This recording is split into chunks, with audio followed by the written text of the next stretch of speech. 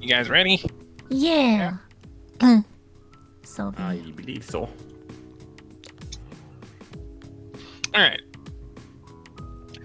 So with the battle concluded that at the pit boss's surrender, those of you possessing the means to cast Gentle Repose very quickly do so on all the slain individuals, with the exception of Criminal Contractor 5, who Belinda identified was actually a Farseer Chronomancer, whose remains C3 quickly collected, before the woman made her way back down the tunnel for now.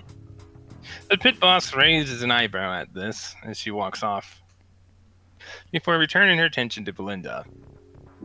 I have to admit I'm a little confused.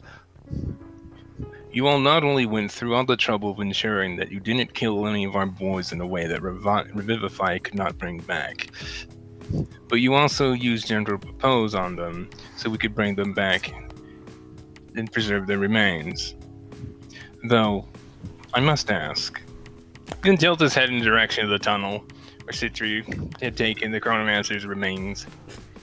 Why not Herod specifically? Belinda answered promptly. Actually, wait, no. What was his name? He said Herod. Herod. Like Interesting. 6 letters. Herod. Yeah. Like Herod, Interesting. but pronounced Herod. Interesting. Herod. Herod. That's And what the reminder- Chronomancer's name was. And reminder during all this, I'm just using Mandy to put that one body's covered arm back on. Yeah. Belinda then answers promptly. Because this Herod was in fact not who he said he was. His real name was Chang Wu San, a man with a hidden agenda. He began working as a contractor for you all with the intention of eventually infiltrating your guild. Once inside, he intended to subtly influence your guild's actions when and where he could, while he worked his way up your ranks, with the ultimate goal of convincing the guild to align themselves with the Empire. At this claim, the man eyes Belinda dubiously for several seconds, before his expression eases into one of genuine surprise. Holy shit. You're actually telling the truth, aren't you? Belinda simply gives a small nod in response, prompting the man to continue the curious look. Just who are you people, and why are you telling me all of this? What's in it for you? Belinda crosses her arms with a bit of a smirk. As far as why I'm telling you all of this, it is because, unlike you and the rest of your guild, this man was actually an enemy of ours. One that has been meddling in our affairs as of late and proving to be quite the thorn in our side. So his being here was convenient, and an opportunity to remove said thorn. Now, as far as what's in it for us, for that answer, I'll refer you to this gentleman over here.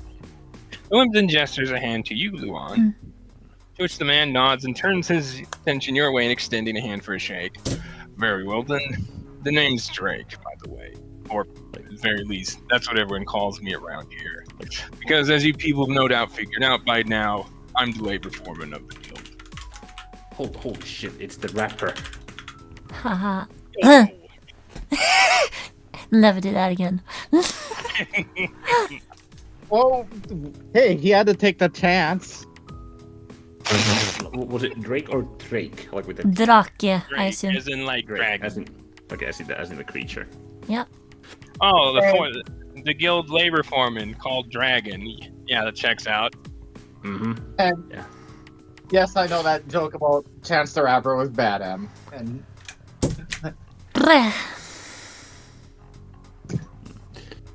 I suppose I could elucidate a little bit as to why we are here.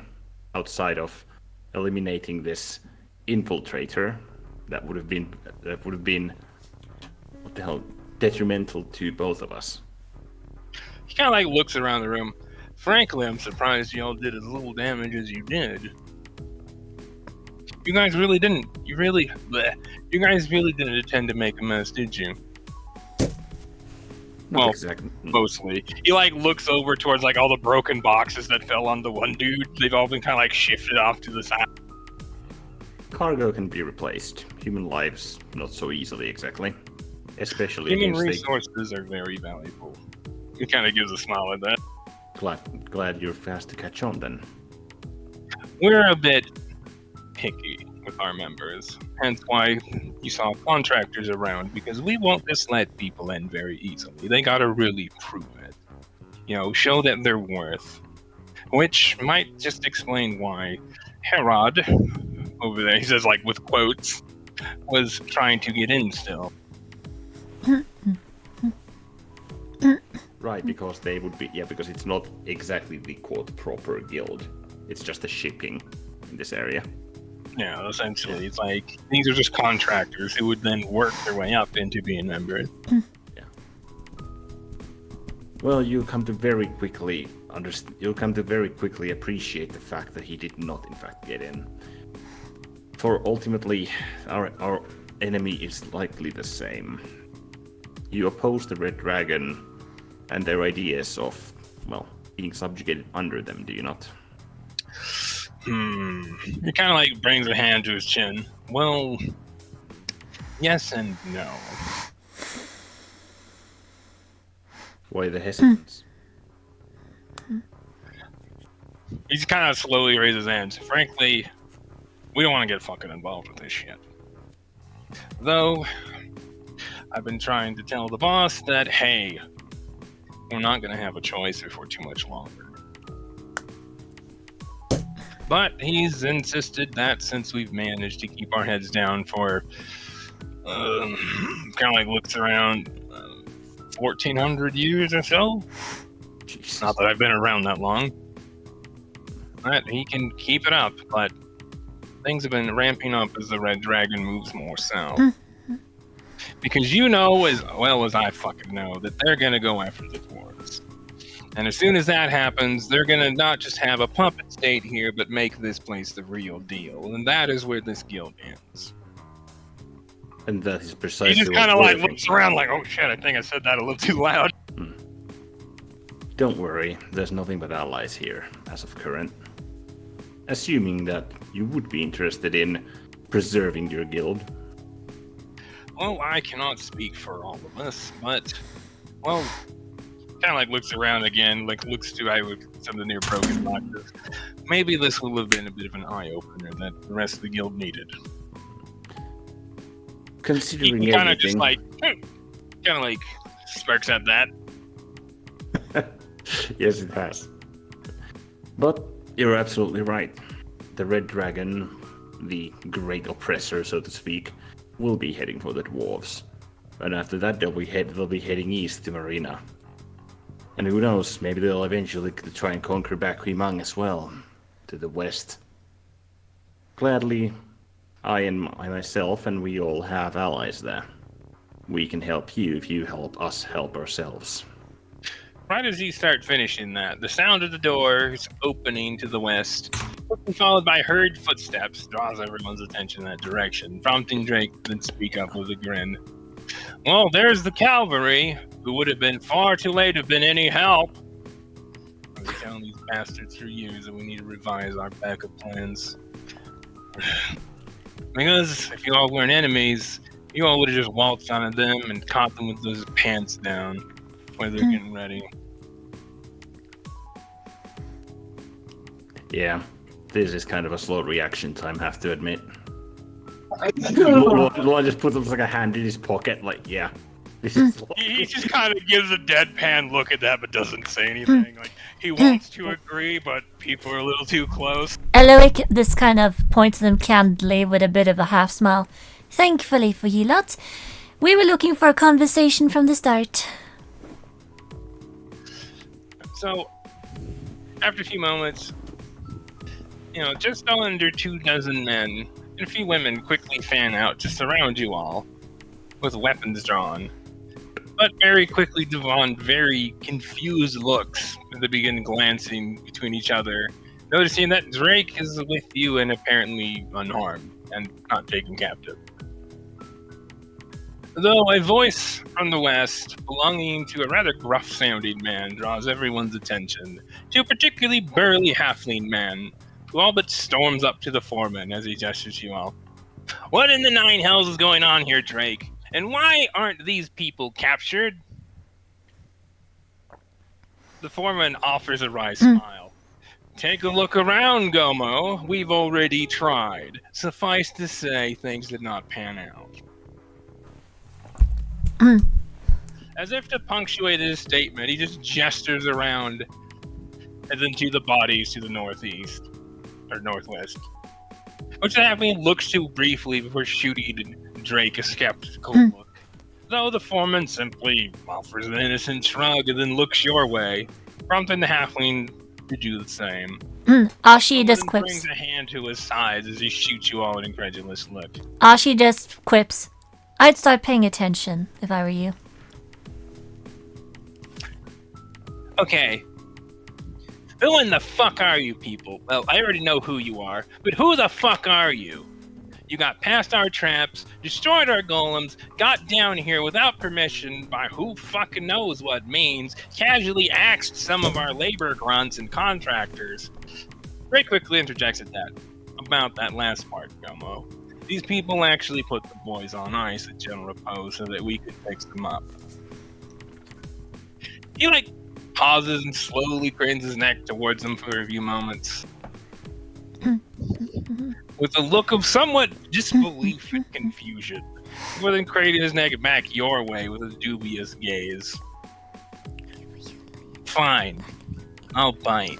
But we're doing things my way, so let's make this nice and easy for everyone and just don't fight this. As he finishes, he begins a bit of an incantation, makes some gestures with his hands.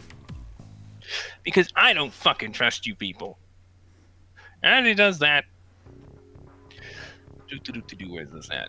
I'm inside Feel- that. Because... Sam. Right, roll inside. Same, because new You person. feel the space around you almost radiate with divine magic. Make a charisma save. Or don't. I'm not going to. Yeah, I'm not either. Granted, I'm not really here to do the wordsmithing, but Let's see. D20 plus.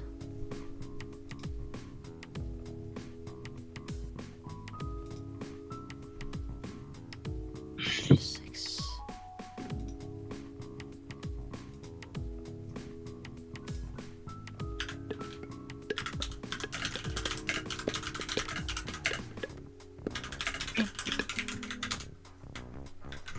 Oh, that's a 21. And...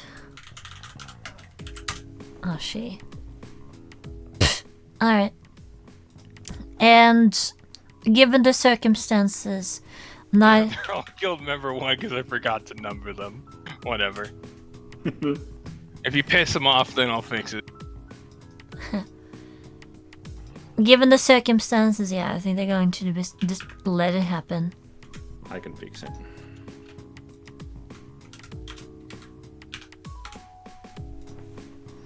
Alright, inside on Gomo, when, where, and for what? His general demeanor, what he, other than the obvious, like seems we gleaned anything further beyond the fact Go that he's on. being adversarial. Yeah. Yeah, so for Antagonistic. Eliwick and Ashi, this guy's really hard to read. Like, he looks pissed, and that's all you can really glean from that. Lou, on the other hand, this dude's really hard to read. He's good. But you're Yeah. also really good. You can tell that he's kind of putting up a tough front, but behind that, he's got this is too fucking good to be true. As in, like, he's not buying this yet. All right. You're Otherwise- you're reeling him in a little, but he's got some fight left in him. Otherwise, don't. You're pretty sure this guy's the guild master, Nice. All right. so he's not gonna be an easy catch. No. He has a lot of money that he's in charge of.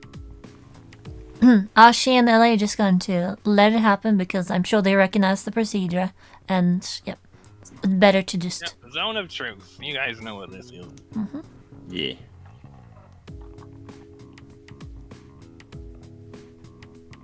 So Gomo then asks, "All right, Who of you is in charge or has the authority to speak for all of you? He, like, looks around you guys. Let's see, who would that be of us? Most of them look to you. You notice that Nefertonk and the gang kind of look towards you. Belinda Ellie. looks towards you. Bella looks to Belinda. Ellie looks Rui, toward. Ellie Rui looks. and Julia look at each other with grins. Ellie looks towards you. Ashi looks towards Belinda. Yeah. Let's see. I think that would then be you. He kind of points a finger at you. Yeah. And kind of her. He kind of then points towards Belinda with his other hand. By general vote, that would appear to be the case, yes. Okay. Who do you people work for? Technically, no one. Did you say that? No, I don't say that out loud because we work for separate organizations. Technically. Well, not organizations, but people. It's different Let's see. group. Yeah. We work for different organizations, but myself, I work for the King's Blades back in Huimang. No doubt you've heard of them. Yeah, I know who you are. Of But what course you about do. all of you? This is a motley crew.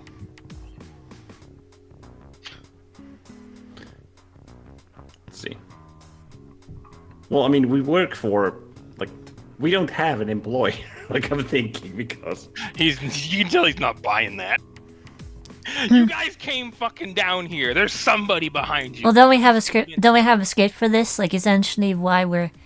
Well, yeah, but that's what because it's like we don't like Zone of Truth like effectively like tells the caster that they are not Yes, but lying. you can be evasive though.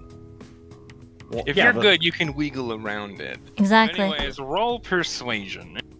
Well, I haven't said anything yet. I'm just thinking on how to phrase. Oh, it you haven't because- said anything? All right. Well, No, in that because, case. because I'm thinking on how to say it exactly because it's Zone of Truth. Because I want to give an answer that All right. effectively doesn't leave the room to or like wiggle room for it. I would think that you probably shouldn't let him ask too many questions and should start making answers.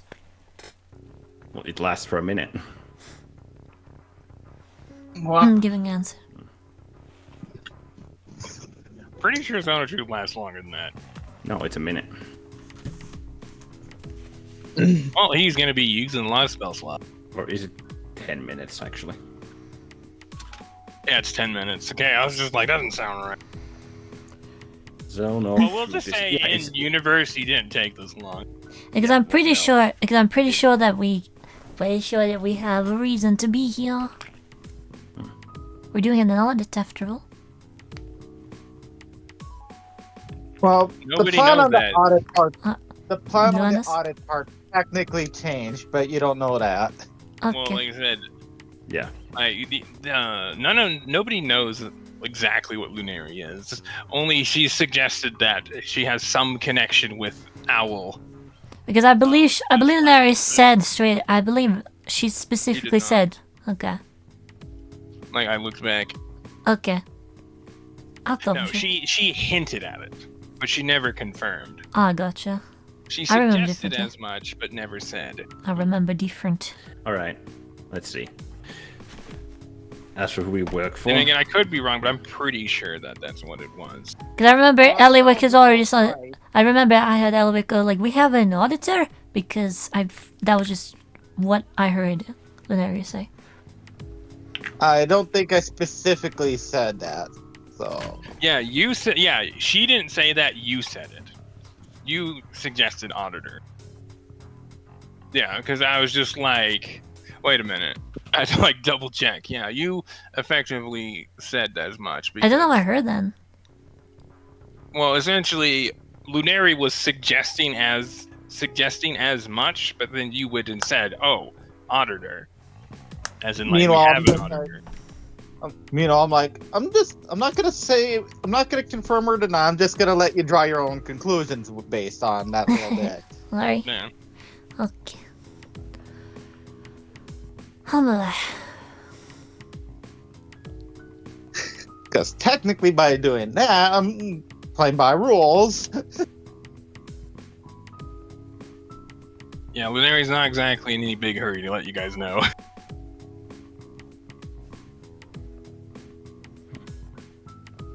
Because it's a need. Everything. It's a need to know basis. Everything with Ediok is need no basis. Anyway, so yeah, what'd you say? Let's see. Well, as who we work for, we're working together as a motley crew for multiple people of interest, aiming to ultimately end the Red Dragon. Our end goal is the same. Roll persuasion at advantage. Because zone of truth. Yeah. Yeah.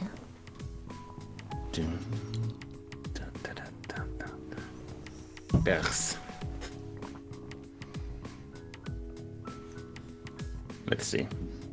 Yeah, this guy probably has an insight of yes, but alright.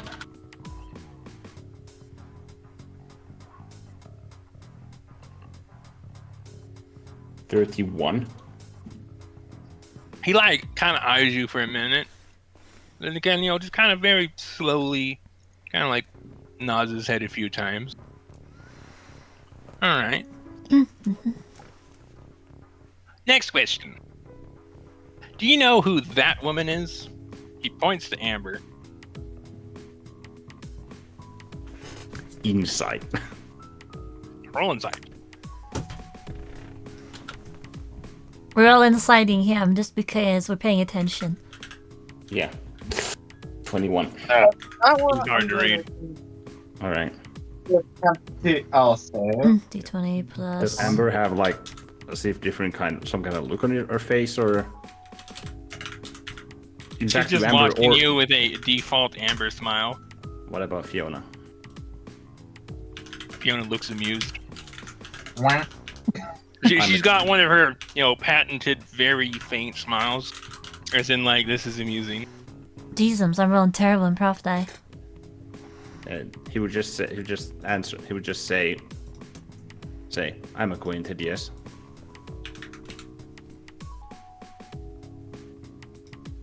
And she is? He doesn't know. As in, who is she? As in, like, you're pretty sure he's looking for a name. Her name is. As in, like, literally who she is. I mean, saying their names doesn't really do anything, according to my knowledge from the big guy, right? No, but you know that they don't give their names. Right. Unless it's somebody notable. Maybe it's turn to ask. They'll just say, I am the Witch of X. Yeah. Well, they'll use their Well, colors. you could word it Black as... Witch, White Witch, etc. And the Yeah. more notable you are, the more they'll say, but they don't say their actual name. Unless it's somebody Technically, notable. based on that, you could say, oh, she introduced herself as the Witch of... Yeah, so the Witch of, possibility. Effectively. Her giving her name is up to her, but she would likely introduce herself as the Witch of Possibility.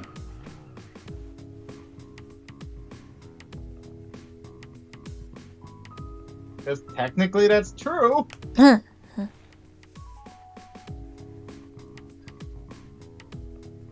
He kind of gives you like a small grin at that. All right, who's this woman? Point to Gestures Fiona. towards Fiona.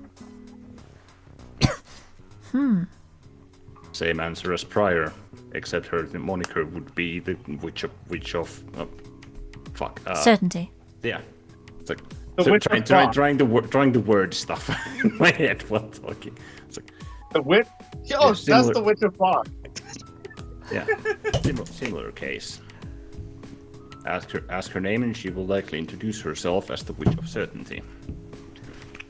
Thanks, because I didn't know who the fuck she was. You're welcome. She's been hanging around here for a while, though. I point to Amber. Well, Very curious names. Wouldn't have guessed. Well, more so she comes and goes, but you get what I mean. I very much do. Though I must say also, why are some of your group hiding your faces? You then notice, Nefertont kind of has her veil on. And Bella has like a little masquerade mask on. Inside that. This guy has a stupid high deception mod.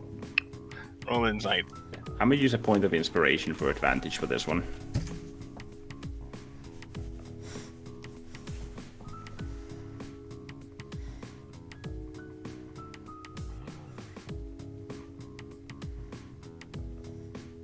$23. He's kind of hard to read. All right. But you're thinking that he's kind of curious. So as far as why precisely, you don't know. He's fucking hard to read. Yeah. Huh? Because they're officially supposed to be dead as far as the Empire is concerned, if I recall. Yep, Yeah. that's the next question. And we should not let any of that slip. Yep. Well, officially they are, so he probably already knows that. Well, if you can attach a name to the face, that is. So, let's see how to word this, because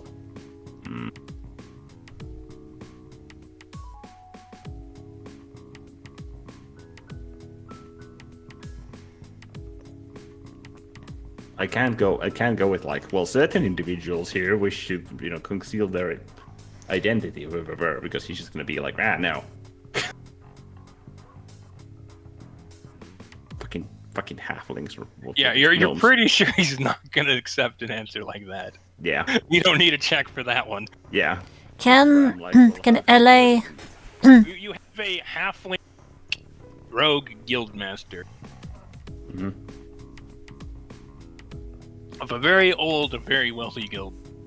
He's gonna drill his way into his answer. I think the correct answer here is something on the lines of, I'm sure they have their reasons.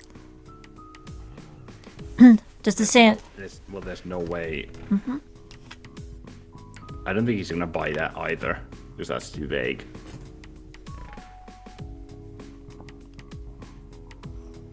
Or maybe he would. I don't think he would though. Kind of implied that just as you probably have your own secrets, so do we.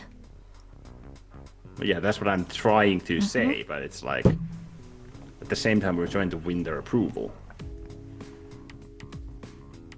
Fuck, Because I've not, Elevate might also, well, Elevate probably shouldn't speak because you speak for everyone, so that's, yeah.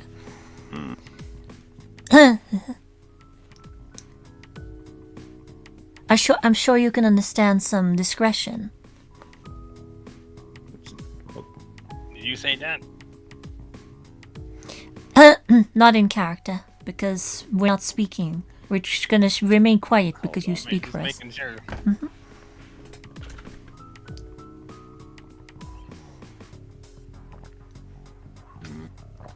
Ella's just paying attention. She's not gonna say anything unless she feels she has to.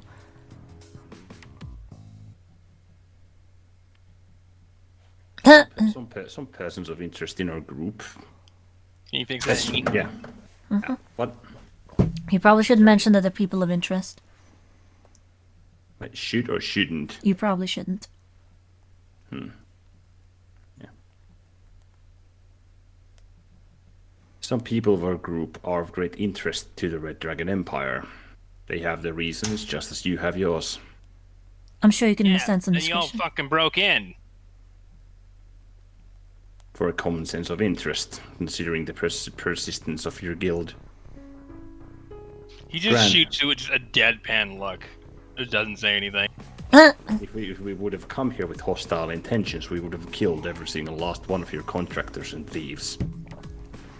And if I gave a damn, we would have just killed you right now. Kind of like moves a finger around at those around you. You realize these guys are a lot tougher than the other one. Yeah. Yet you're showing an interest.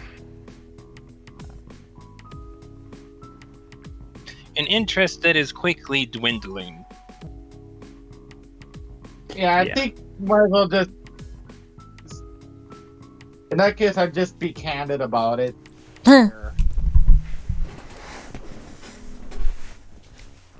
Because, well, outnumbered and outmanned and outgunned.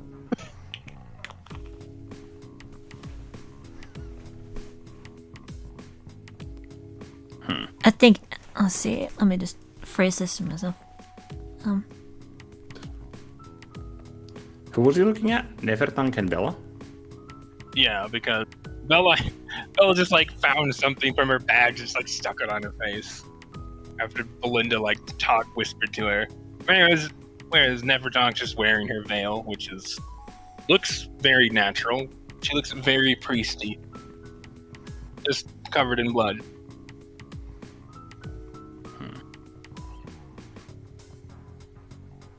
Well, yeah, in that case, it's like, don't disclose this and likely get fucking killed or knocked out here, or...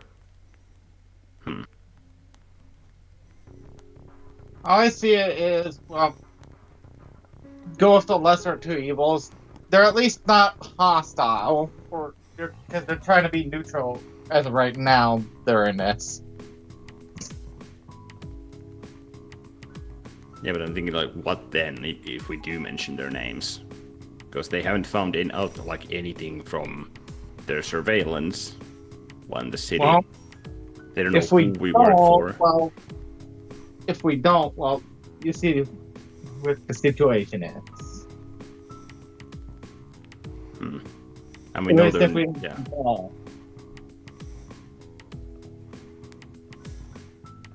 Ultimately, we have the auditor here. But yeah, I think I'm just gonna go for it. I think LA would pipe up at this. I think LA would pipe up at this. We came here looking for conversation. Shut up, little girl. Just holds a hand out towards you. Okay. He's like, "Nyeh, shut up." He kind of gave you that vibe, like I asked my first question for a reason. All right, candid. All right, straightforward it is then. Directly behind in the middle of the group is the head priestess and former head of church of Lady Odigos herself, Priestess Nefertank. I think that's a mistake. Behind me is the up-and-coming official ruler of the ancient kingdom of Scotinus, Bella Montichas. You're volunteering too much information. I'm certain you understand the discretion.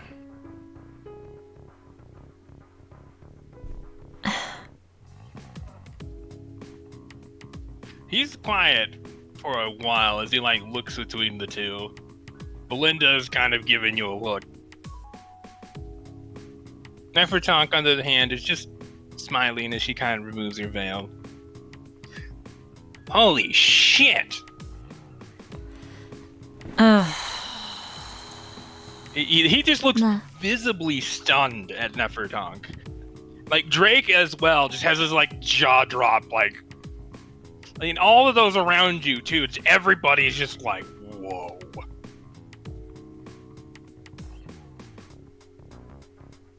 Blanche just standing there still, completely still. Not like this Steve. woman is worth a lot of money. So that's why. That's why I didn't want you to say it. No.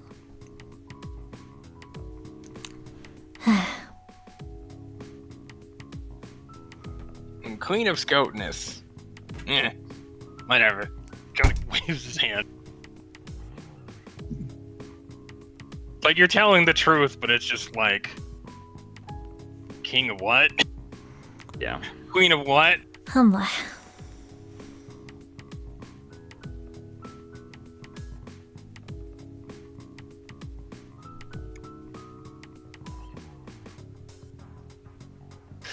right then. Let me ask you this then. What did you all hope to gain precisely by coming down here? Actually, wait, no. Before that, how exactly did you get down here? Well, they know that we disarmed the traps and destroyed the golem, so isn't that kind of like self-evident, though? That's not how you got down here. There's a big difference between up there and down there. Well, yeah, with the elevator. Remember what Malt said about the security system? Yeah, that it's almost impossible to fucking do anything about because of the way it was set up and what it was. Yeah. How would you get down here?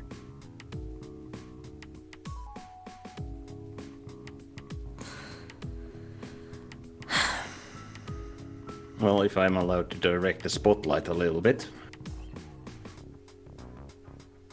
Points at Malt. With her assistance. She disarmed and rerouted the arcane lock that you had up there. You're one of those rumored gnome things, aren't you? Malt gives a small nod. That is correct.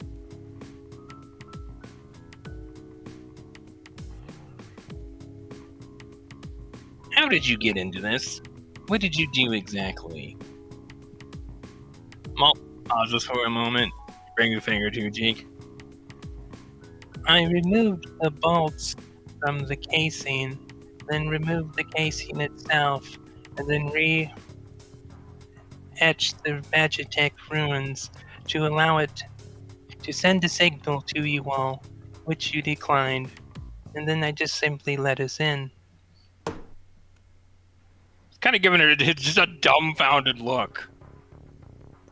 Like, huh? Ellie's just gonna silently point in their direction.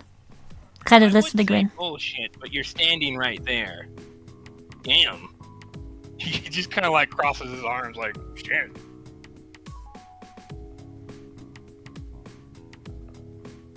You know your Magitech. Who are you? Malt kind of like cranes her neck up towards you.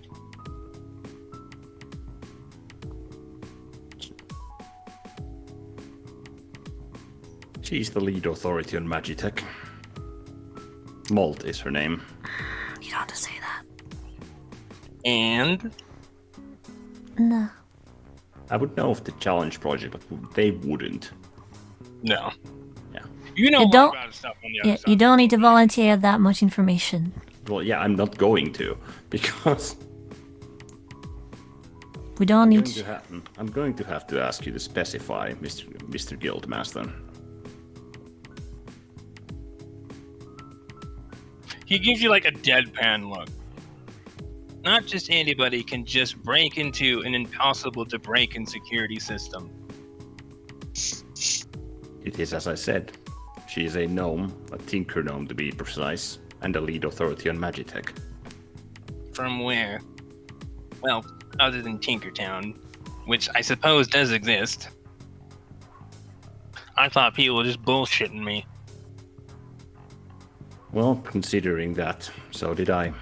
According to her, which I believe to be true, she's from the other side of the world, through the No More. Outside of that, I do not know. Well, no, he's not going to say that last part. You can't say that last part. Yeah, I literally can't. Which is why I'm like, yeah. Well, technically you could. Yeah, But we wanted- divine intervention. We really they'd want be to make like, sure they don't know that much. But beyond that, she did. That's so sus. The insight check sees that you're lying through Zone of Truth. It's like, record scratch. Hold up. Now you Beyond can't that, trust anything he said. she didn't specify. I think. No. Did she She told you specify that too? precisely who she is. Oh, And okay. where she's I don't from. remember. I didn't remember if did or did not. So Alhamdulillah. She gave her last name exactly once. And that was to Luan. Yeah.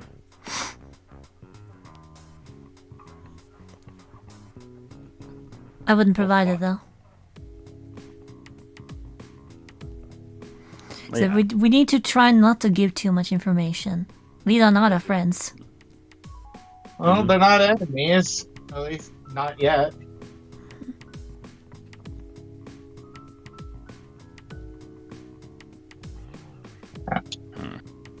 What did I say so far? That she's from that she came through the no more? It came from nowhere, from the other side of the world. I literally cannot say that she's from, a place called the Challenge Project from XYZ. Nope. How do I circumvent that?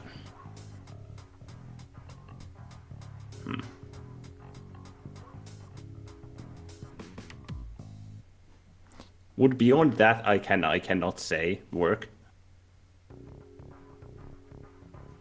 I don't think it would though. Depends on how you phrase it. Yeah. What was the polite way of wording that? That I cannot say. That's the godly right. Those most detestable words, and mortals probably don't like hearing that either. No. The polite phrasing is, I'm not at liberty to say.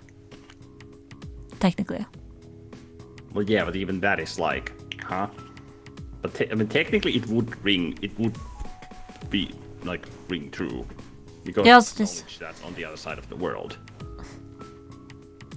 Also, you could just say, though as you've seen, gnomish tinkerers are something else. Well, he's not gonna buy that.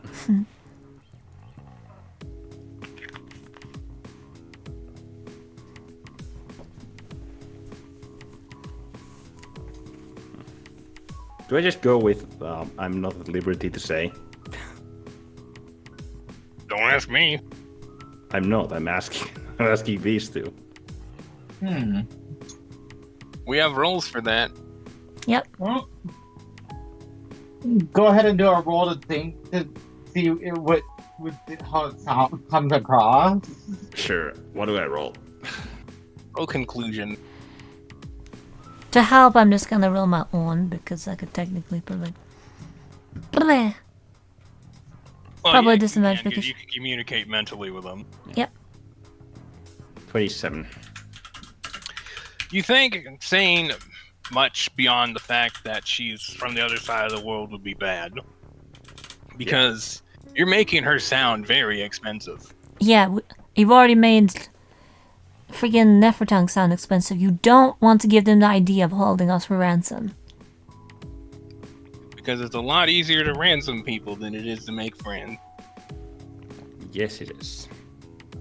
Which is why I'm saying, say as little as possible while still giving them the answers they seek. And if you can't say something, steer the conversation away. With something Pretty else. much that. Yeah. Well, I can't steer it away. Yes, you can, if you know how to lure them with something else that might be of interest. That's less of a problem for them to know. Well, I tried. And this guy's more was as straight as an arrow when it comes to, like, conversations, so it's a bit of a It's problem. almost like he's a guild master of a thieves guild. Yeah. Yeah. He might be kind of good at this. LA gain anything from a 15? Probably not. You have no clue what to say right now that wouldn't make things worse.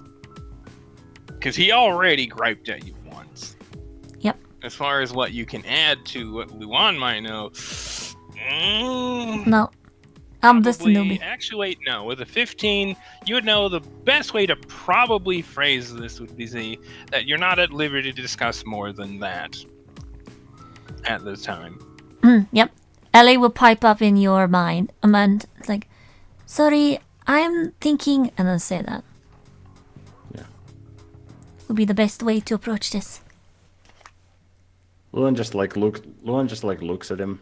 Like, yeah, I don't know. Like, fuck. I suck at this. Fucking social skills. What is that? Yep. It's like, with all sincerity, Guildmaster, I am not at liberty to say. He like pauses for a moment before he gives a slow nod. Fair. Insight. A roll inside. Sam. Please roll like 29 or something, so I'm one short of his fucking deception one. Actually, I think his passive deception's like 39 Oof. or something. That helps. Well, I got a 25, but that doesn't help much here. 28. Ashi inside just to keep in the loop. Wow! Fucking wow, that's insane. Eliwick. Yeah? Pretty hard to raid. One, pretty hard to raid. Yeah. Ashi, you notice that this guy, he's bullying you guys on purpose to see if you guys will buckle. You can tell he's testing you. He's not to the point now where he's just like, who the fuck are you? Now he's like, okay, are these people worth my time? Considering we have a literal fucking queen and an expert priestess, head priestess, I'd imagine the bullying stops there. It's just like ransom, yes, no, let's find out. He's trying to decide if being your friends is worth more than just selling you all. Pretty much is what Ashi would gather. Oh, let me see. Because if two of you are that valuable, what are the rest of you? Well, three technically. Well, no, he would just fucking kick Luan out. Get the fuck out of here. Yeah. It's like, you are way too much red tape. Get the fuck out of here. Me contacts a couple gods. Can we get an earthquake here? You know, about, X meters deep and about, Y magnitude. Hey, Summit, want to do something funny? Oh, Summit would Let's see. 100% be on board. He would just make a bunch of little tremors that just knock all the boxes over frequently. Just little pesky, annoying thing. And then there's Sai. Oh, that's a mud river. What do we do? It's like, blocks it. It's like, oh, it just grew intense enough to break through. Shit.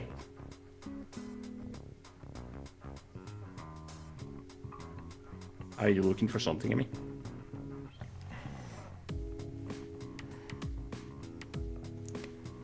Emmy. Yeah, I'm just thinking. So what I'm thinking is that I'm going to, in Thieves' Cant, make a short phrase which is sorry for interrupting, and then in common say He raises an eyebrow at you. yeah, in Thieves' Cant just like sorry for interrupting, and then switch into common. I appreciate you looking out for your affairs, but I'd really recommend you hear out the boss. She said the last bit of it. Ugh. Ah, she does. How do you say that? How I say the boss? Like, how do you say that precisely? The whole phrase? Or Because that could be persuasion or that could be a threat. That's what I'm saying. How are you saying? Because you're going to roll something. What are you going to roll?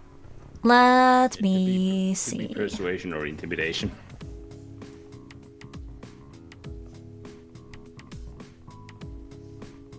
Let me see, huh?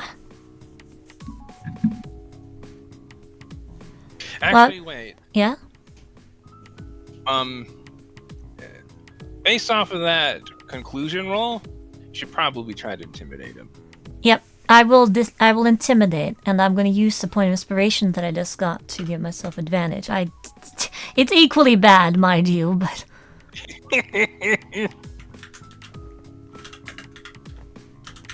do I get advantage because of the freaking Thieves' Cant? Well, you advantage because you know what he's trying to do. Then I will auto-crit total 23. That's the best I can do. He just looks at you with like a straight face, like, I like you. That was cute. He just kind of turns his attention back to you, but he has a smile on his face now. Interesting. In Thieves Guild, Luan would add, many do.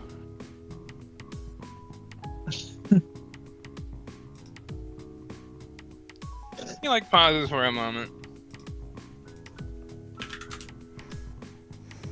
Alright. They like recast his zone of truth. Has been about 10 minutes now. Well, I'm now off the fucking body because the arm would be back on at this point. So,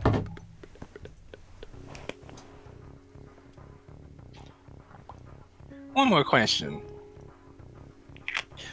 Why is one of the contractors missing from the bodies? Kind of like looks over there. He was an infiltrator and an influencer, negative and a future negative influence for the guild, who would have eventually forced you to join the Red Dragon. We figured he would be better as a disposed liability than an active one. Drake then speaks out that it checks out, boss. I just talked about them before you got here. No shit. Yeah. No shit.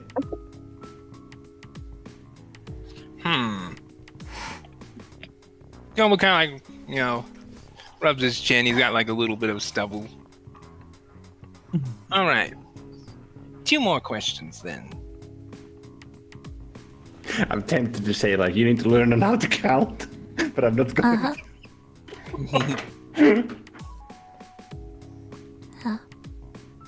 Ow. All right. Are there any ulterior motives for you people reaching out to us beyond what you have said? Let's see. I didn't mention the Red Dragon. Well, I mentioned the Red Dragon. I'm pretty sure this is a yes or no question. But yeah, I'm just thinking like what I've said, so I don't accidentally fucking. Real in So conclusion, he's saying something? ulterior motives. Real conclusion for this one. Yeah. Like. Real conclusion at advantage. Yeah, because I don't think we do. Nelly doesn't know. I'm just not sure if I'm forgetting something. But I don't think we do. Yeah. A grand total of 19. As far as you're aware, you pretty much made mention of exactly your intentions. That was advantage, by the way, Fibes. Oh, good. Yes, then! Take the advantage. 15 plus. 24, 27. It's at 8. You're pretty sure you covered it all. And that you didn't leave anything out. No. No one in your field of vision currently. No. Actually, no. He's not gonna say it. Don't say that. That's very. That's sus as fuck. Yeah. Fucking. No, that would be all. That would be all of it. I realized how dumb it was as I said it. How to speed run bombing and a negotiation 101. Oh, I would be the fucking world record speed setter with that one. Like. Kind of like eyes you for a moment. Kind of gives a small nod. All right. Last question then, because you're so good at this. Do you know if any other members have ulterior motives like this Herod and are trying to or have already infiltrated the guild? Well, we only knew of like Malt this actually one speed right ups. Malt like promptly speaks up at that. I don't think we do, unless Malt knows something. Yes, there are others. Gummo raises an eyebrow at that with like a curious kind of look. Who are these individuals? Alright,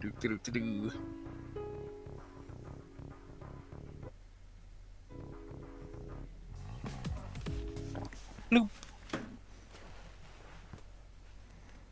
Time to kill some chronomancers. See, Malt pauses for a moment. Before continuing with a small frown.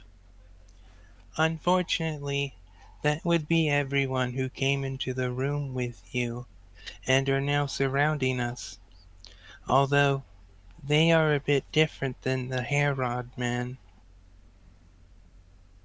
As these people are merely masquerading as your guild members, which they have no doubt incapacitated elsewhere before coming here, which was done so that they could use their powers to manipulate you into fighting us, thus giving them an organic excuse to kill me without anyone being any the wiser as to what they really are.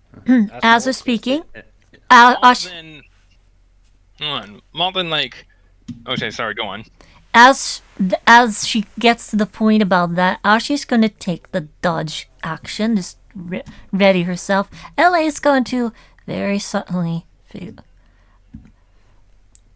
try and prepare to draw her bowgun. Also, did I not send, like, assuming these are chronomancers, did I not sense anything from 12, 11, 10? Yeah, those three. Because that's my radius right now. What's your range again? 20 feet. Where the fuck are these assholes? I thought I moved everybody 20 feet away. Within 20 feet. Or over 20 feet, like... Or, well, from you specifically. Yeah, no. 12 is 15 feet, 11 is 15 feet, 10 is 15 feet. Everyone else is out of range. Oh, wait, yeah, those guys, yeah, you would. Yeah, those are chronomancers. Very powerful ones.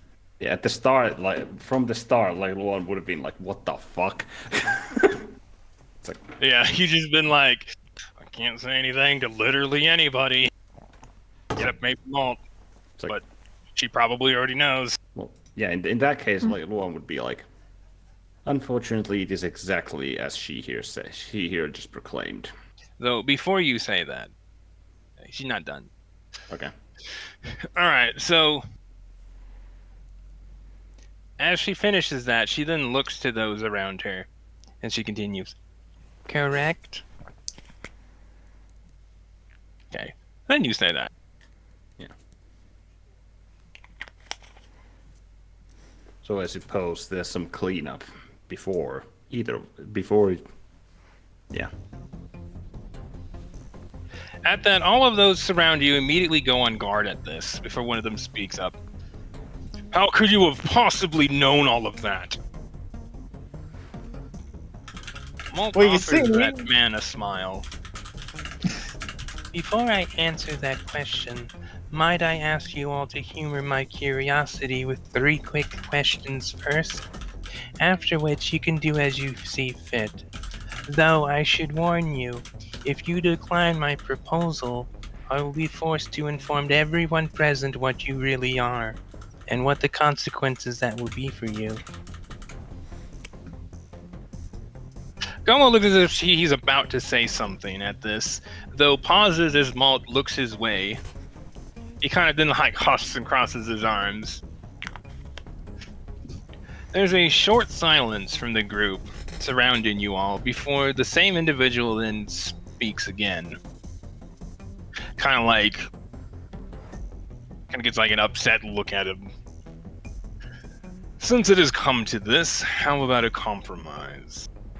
You answer 3 of our questions, and then we'll answer 3 of yours. From there, we'll decide how to proceed. Meanwhile, you keep what you know about us to yourself, regardless of what transpires after each other's questions. Deal? Intelligence at that? Like, regardless what transpires. Roll intelligence.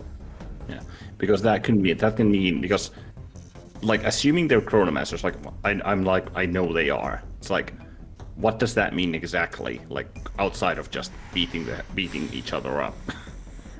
Though they don't know one thing about mold, so I'm just gonna roll that if there's a hidden meaning behind that. That would be... Is the intelligence... That's logic, right? I think. Yeah, that is logic.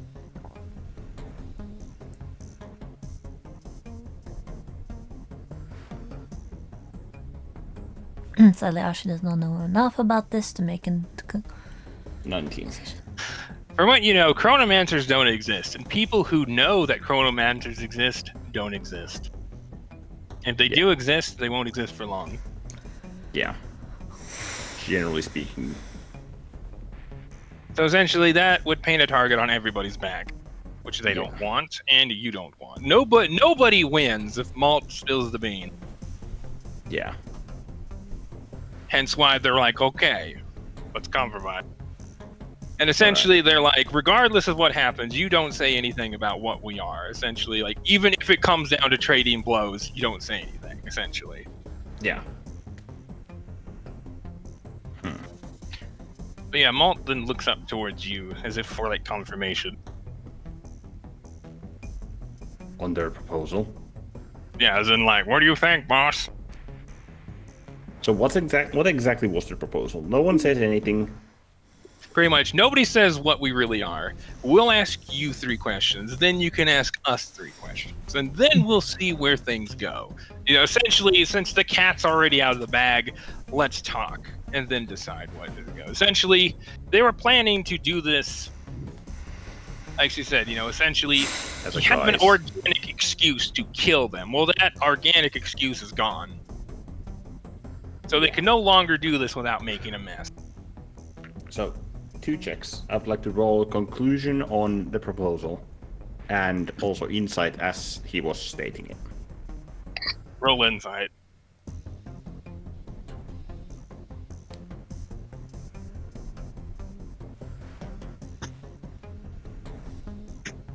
$23?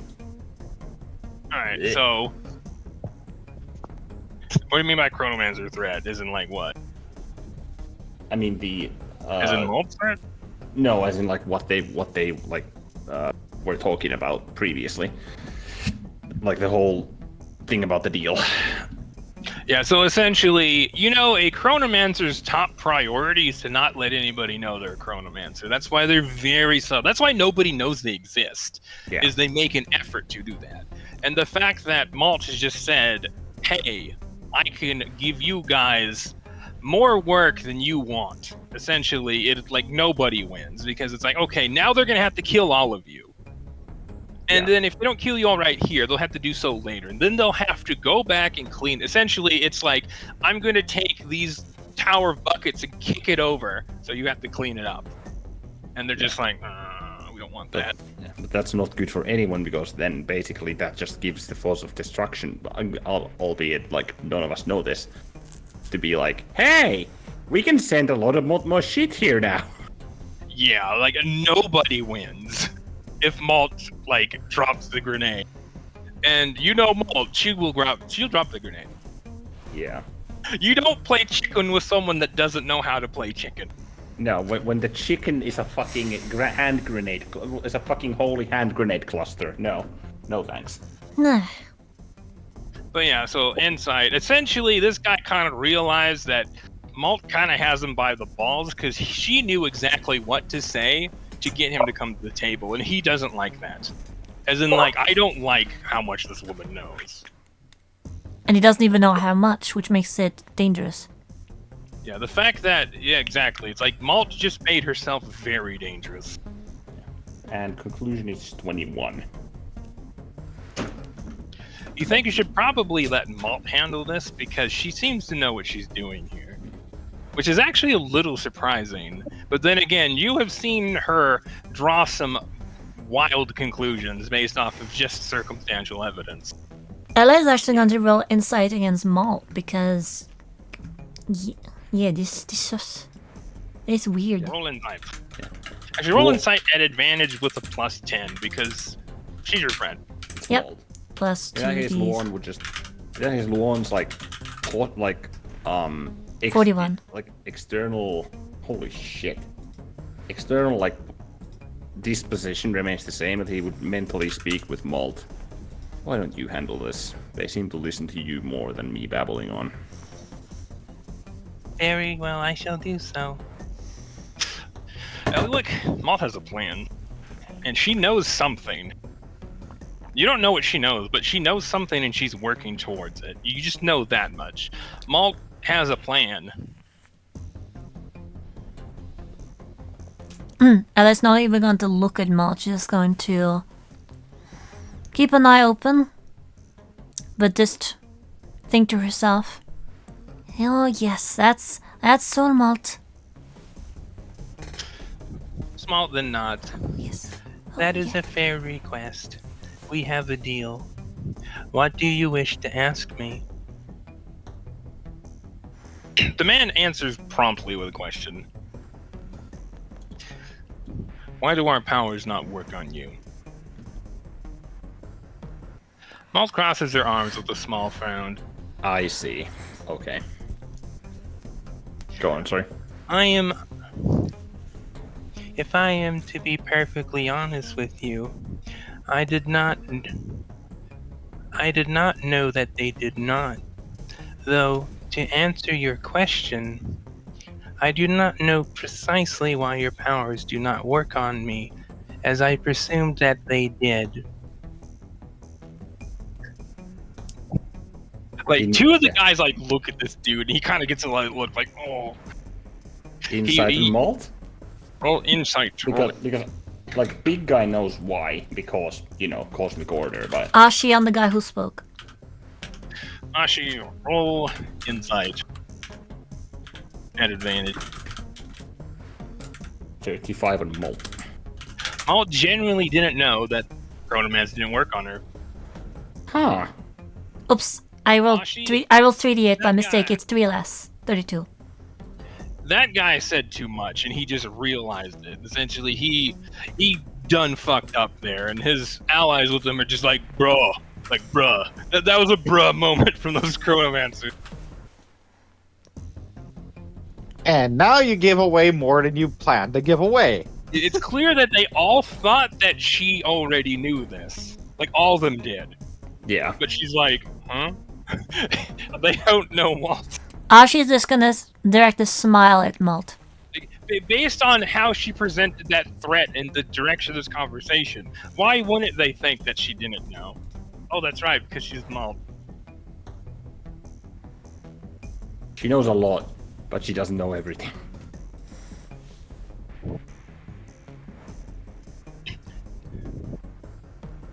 There's a long pause as the man then continues to eye Malt. And then eventually continues. What manner of being are you? Malt brings a finger to your cheek with a difficult expression. I am unsure what answer you are expecting to get from me by asking me this question, because I am simply a normal living mortal. However, I imagine that you will find this question, or find this answer unsatisfactory. So the best answer I can give you as to what manner of being I am a fateless living mortal who has opened Pandora's box.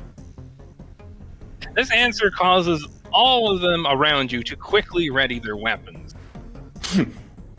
However, Amber immediately cuts in with a firm tone. I believe your deal stated that you would decide to ask 2 more questions, then she 3, and then proceed after. Them's the terms of the deal. Another clicks his tongue in clear noise before looking at the witch. Does this matter truly concern you, witches, or are you just meddling in our affairs? I mean, technically it's both. This comment clearly appears to visibly upset Amber, who quickly goes to speak, but Fiona stops as Fiona holds out a hand in front of her before the Black Witch then answers. Our apologies, it does not concern us. Carry on as you see fit. Well, based on that, well, I'm gonna mentally bring. As soon as she It's here because hey, it's a double associate here that deals are kind of what they do. roll conclusion. Who? Lunary. That's the int one, so that is 8. Yeah, when Fiona finishes, another one of the individuals with the man, this time a cloaked woman, by the sound of the Really? voice. If we 11 on that, it would have been advantage. Technically, that'd be an advantage. Do again. So it's actually a 21. You think bringing Siri down here would be a very bad idea, because that would escalate things very quickly.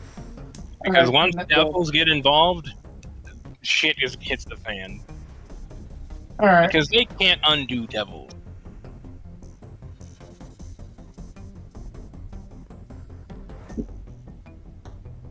Alright then. Let's see. But yeah, so one of the women, or one of the cloaked women, didn't speak up. Do we really have anything to lose by not just humoring this little charade?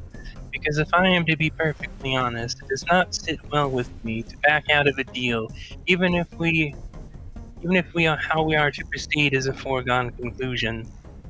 A few others amongst them kind of give short nods of verbal agreements, prompting the man seemingly in charge just let out an exasperated sigh before continuing. Ch.1, you are once again reminded that chronomancers are very much individuals.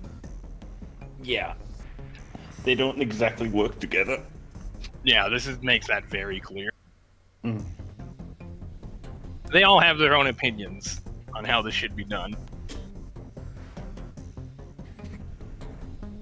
Lorne just lets out the faintest of smiles at that. Hides it behind a yawn. It's like, oh yeah, tea party is a nightmare. Or so he has heard. Yeah. Let's see.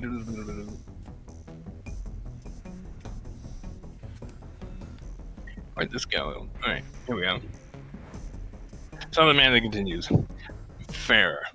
Very well then. Our third question. Why exactly did you kill Herod and not simply drive him away? Alt answers promptly. There are two reasons why I killed this man. The first being that he was meddling in our affairs and very nearly got one of our companions killed earlier today.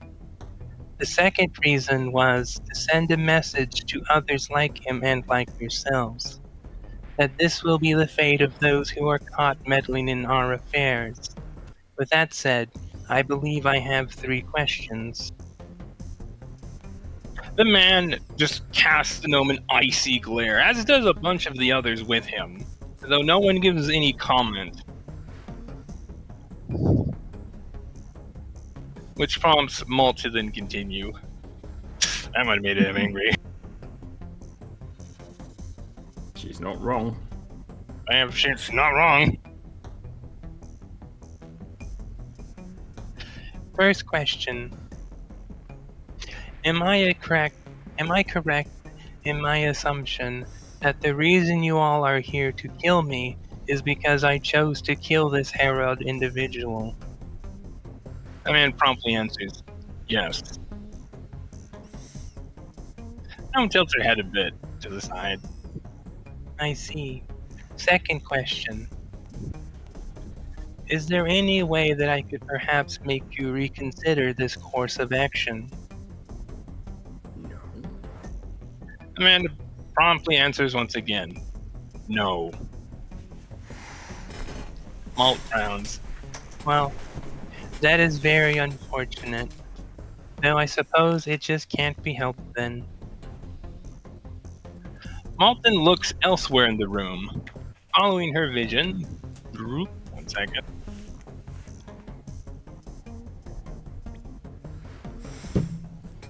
Where are you, map? And we should take a short break while I fix shit. Alright. Alright. So, well, where was I? Malt was looking. Malt looks elsewhere in the room, following her vision. Y'all find to the northwest by Amber. You'll find a seemingly human girl. Very long light blue hair and aquamarine eyes, who at a glance doesn't look to be much older than maybe 11 or 12 at most.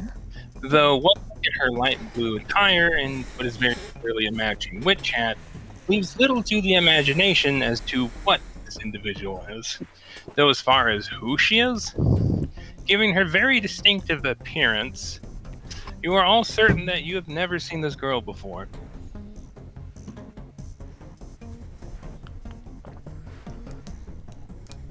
She then gives a small nod at Malt before taking out a black book and opening it, and then seemingly just closing it again. Careful, you goob. I'm gonna laugh if she just disables their fucking chronomancer powers. Your hit points, physical, and mental resources, as well as all item charges with a cooldown of next dawn or sooner, have all been fully restored. And we'll take a short break while you guys all do that. Off of that little girl is more powerful than Fiona, which clearly isn't right. Strong. So there's something about here that you're not getting. That's a question for later, though. Strong chrono shift, indeed. Like who girl and why chrono shift strong? Yeah, because Luan does not know about Leonidas or Oriana. Boom. Is there a need to know, and you didn't need to know. Yep. I'm still assuming that it's better. You don't know who it is either. You're actually kind of surprised. You're like, wait, there's another witch? Yeah. I'm assuming it's still better off just to keep Citrus out of this. Yeah. Starlight would then say, that is Oriana, the Blue Witch, Master of Time, Witch of Magic, and Paragon of Destruction. You're like, oh, Witch of Magic. I'm more like Paragon of Destruction. You're like, wait. You're like, wait, isn't that a wolf?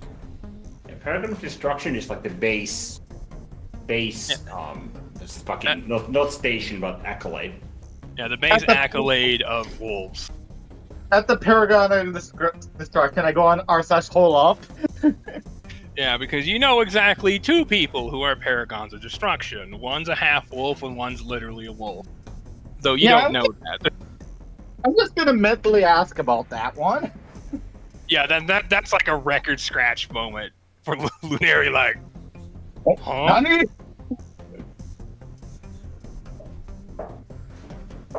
Yeah, you quickly realize why nobody knows about this little girl. Say, I'm gonna mentally ask about that. What, Paragon of Destruction? That is correct. I'm assuming you can't say more at this time. She like goes to like say something, but like pauses.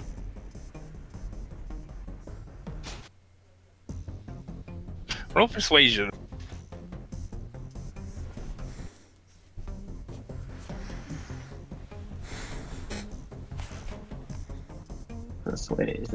Persuasion, my.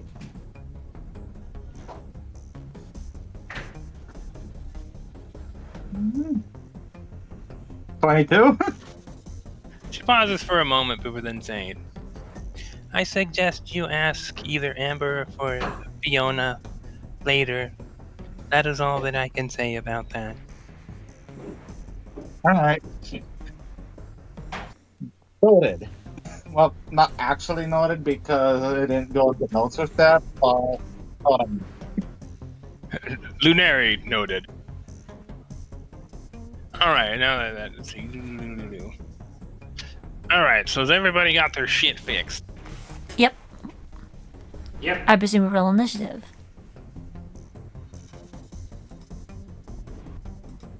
I just want to grab like the last remaining Chronomancer, just grab him or her by the fucking collar and like they're going to chrono shift my ass. It's like, oh no. Just cave their fucking skull in. Laughs in supremacy of space.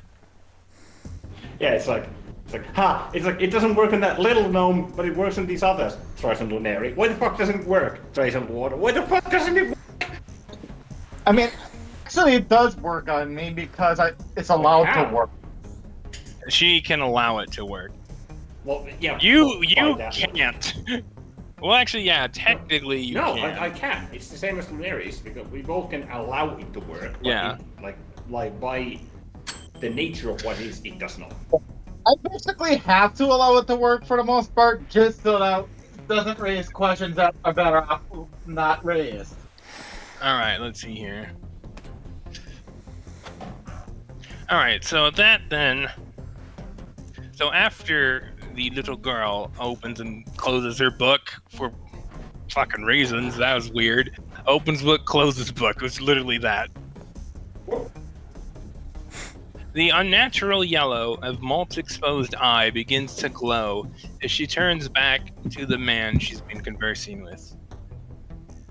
Third question.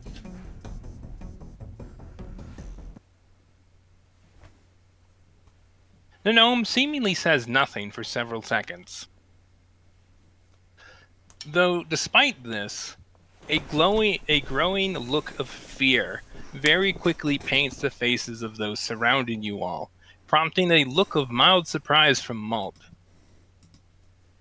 Did you all generally not know before just now? Well, actually, Malt brings a finger to her cheek. I suppose that does explain why you all have done something so incredibly stupid. The gnome pauses with a difficult expression, almost as if conflicted about something.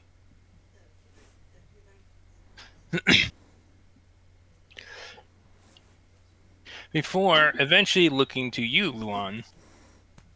Yeah. I apologize in advance, as I will very likely be a burden for the next few days. At that, Luan would just be like, "Malt, there's no need to." However, I cannot allow an opportunity to eliminate so many powerful enemies at one time to simply slip away. The gnome then reaches up for her face before removing her eye patch, causing two golden horizontal streams of shimmering light to suddenly appear in front of her, which Malt then grasps, causing them to fade away and reveal two large firearms. The glow of the gnome's irises then shifts from a bright yellow to a crimson red as she turns her attention to those around you. Everyone, roll initiative. Malt? Do we have to? I'm pretty sure she can solve all these.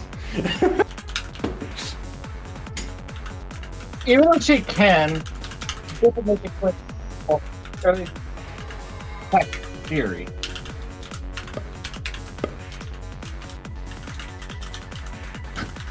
No. Oh, fuck. The one time I where- always roll crap initiative. Jeez, I'm For me. 2, 11, 8.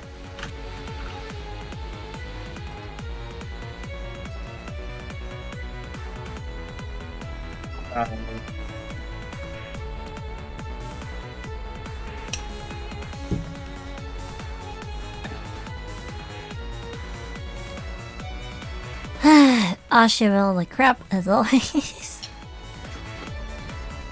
Although I wanted to say, could have held action to shift. Use my shifting feature.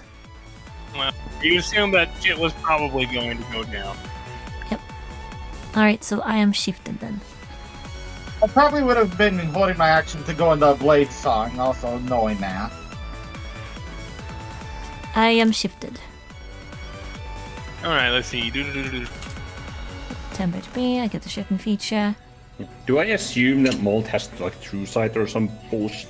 Well, actually, because I know exactly what the Yeah, remember she knew exactly what you were and she walked into the room.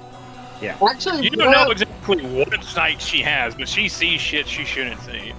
Yeah. technically, because I knew this was coming, would I have had advantage on initiative? Yes, you would get advantage. Could we also have sense that? That's No. actually a 24 Okay. on the initiative then. Nice. Yeah, just Lunari did because of the conversation with Starlight. She's like, oh, Oh, I okay. know where this is going. Okay. Because she knew exactly what happened. Gotcha. Where you guys are like, why do we feel better suddenly? Because nobody said anything. Well, and he couldn't because, well, multiple reasons. Those who couldn't say anything because reasons. Alright. So the birds suddenly operate around Elia again because that's just what happens when combat begins. Just stands there, just multicolored birds start washing up from the ground and surround her on all sides. A layer of Aetheris is out. What? It has new spells. I see.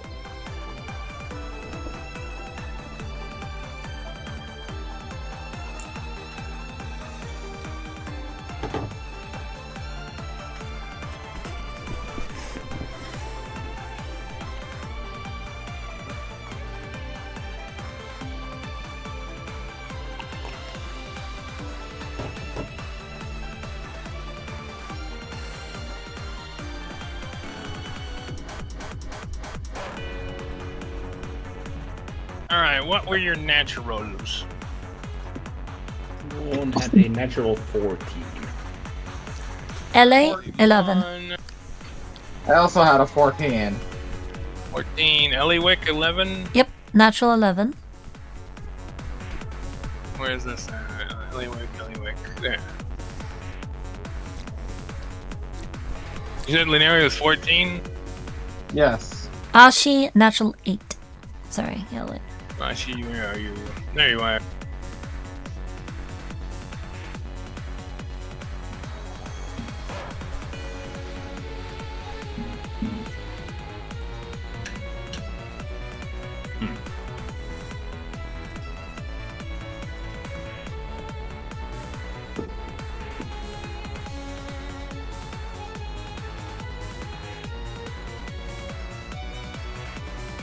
You're probably not using this one anymore, if I had to guess. But we'll see.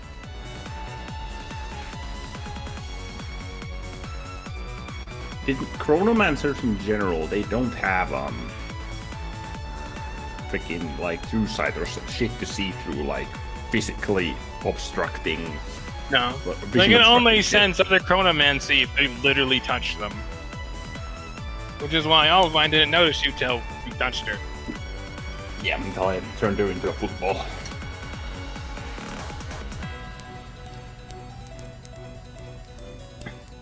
That is a lot of. Chronomancers can tell something's up with you. Yep. But they don't know what. This will probably be a block initiative because cheaters. Give me 1 second while you fix some stuff. You notice as Malt then, looks to them all, and her eyes shift from yellow to red. They all look very angry, and all begin to just rush at her. And as they do, Big it mistake. says, try to incapacitate as many of them as possible. Why do we want that? So they don't act. Well, yeah, but I mean, like long term. Well, yeah, I guess like short. Oh yeah, put her with threatening 30. What'd you say? And Malt has threatening 30. So she can eat 30 attacks before they can target someone else. Jesus.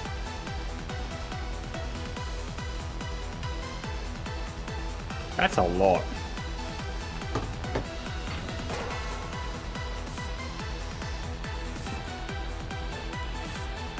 Also, how do you rule wall spells? Well, I can just. Yeah. Huh? No, because I was wondering about like a spell. Which spell? If it's a hornet wall, it doesn't have upcasting. But would you upcast the damage or the length of the wall? With upcasting. Actually, never mind, because I'm derp. It's fucking disregard. Oh, okay. I fucking derped.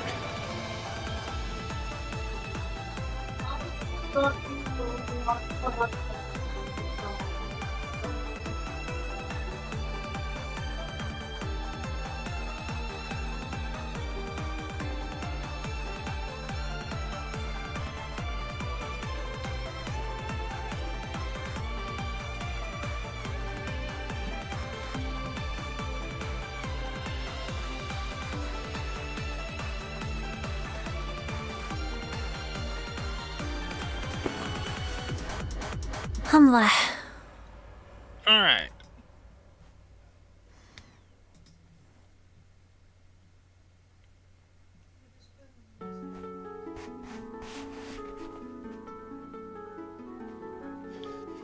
Alright, so let me find, where's the map?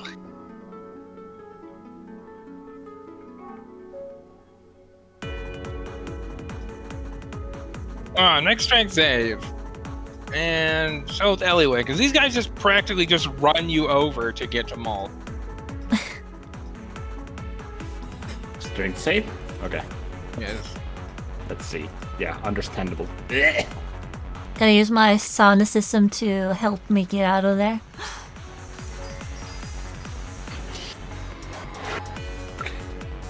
Actually, no, this would be a dex save now that I think about it. Make an attack. Yeah, I was gonna say. Bleh, dexterity. 20. Yo. Is it a magical So plant? No, you've it's not. seen that these guys, you're like, you realize, oh, these guys are provoked. You should probably move. And you just kind of like jump out of the way as they all just wave at 20. Malt. And you just think, I hope she knows what she's doing.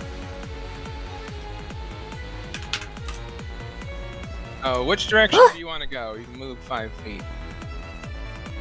Let's see. Ellie probably will go over this direction.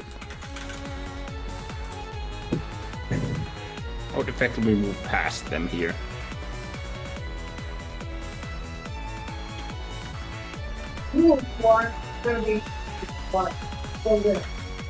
Do we think that we ought to attack some of the ones that are gonna be converging on her right now? Or the ones elsewhere? Probably the ones Hear elsewhere. what you said? Yeah, try to incapacitate as many as you can, she said. That's what she said. But they might not be expecting or trying to defend as much from attacks from behind. So I'm just curious about that. Roll conclusion. Actually, wait, no. Roll Arcana, Ashi. Okay, Oh, this is perfect. let's see. I believe that's just a plus. That's just a +1. So I don't have competency, I don't think. I'll double check. Where's Knowledge Arcana? Yep, there you go. Arcana! Tracks.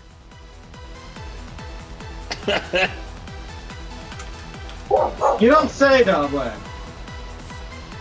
You have no idea why they're rushing at her blindly. This makes absolutely no sense. Huh? Like this is so confusing. Roll conclusion. Okay. When you roll so bad, it's good. D20 plus 3 plus 2. D8 Arcana. Yeah, roll conclusion. Much better, that's a 23. Okay, there's clearly something Malt is doing that's making them attack her, because this makes no sense, and it's like you're not even there. Well, they're trying to move past you, so clearly there's some provocation effect on, meaning that you're not even there as far as they're concerned, unless you like attack them and hurt them. Oh yeah, they're all there, so yeah. Yeah, we're gonna... They might not be expecting our first attack, so that's gonna hurt a little bad. Look at the provoke feature. Yep.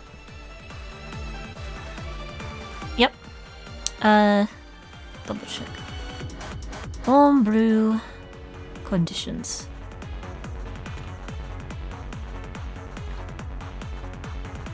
See no provoked. Must move to the creature provoked it. Once it are in reach or in range, that creature must use an action to only make normal weapon attacks and must activate other effects only active when hit or deal additional damage.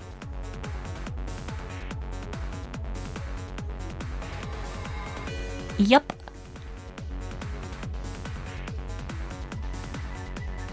Bangering.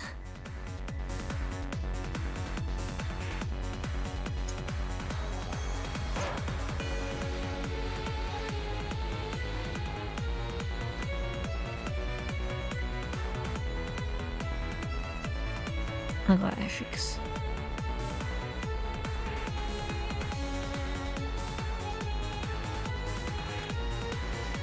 Hamila.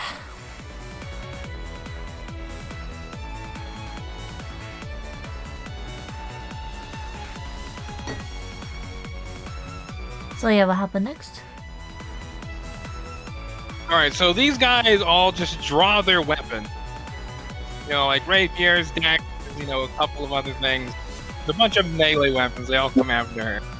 And they all just like swing wildly at her, and Malt literally blurs. She is moving unnaturally fast. Jeez. And none of them hit her. The ones in the back draw their weapons and then shoot at her, but those also didn't miss. Alright, she has threatening 8 remaining. 8? Have a lot of How many attacks. fucking attacks did they make? Yes. 22. Jesus! Look at Malt's AC. Uh-huh. It's not that, but the fucking number of attacks, though. Yep.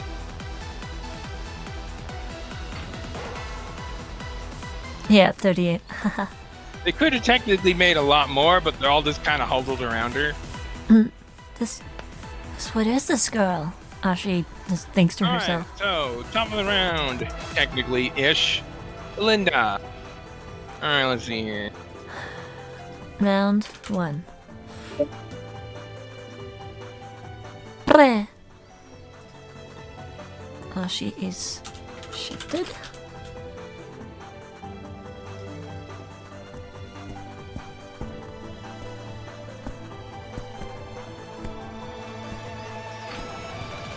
Alright, let's see here.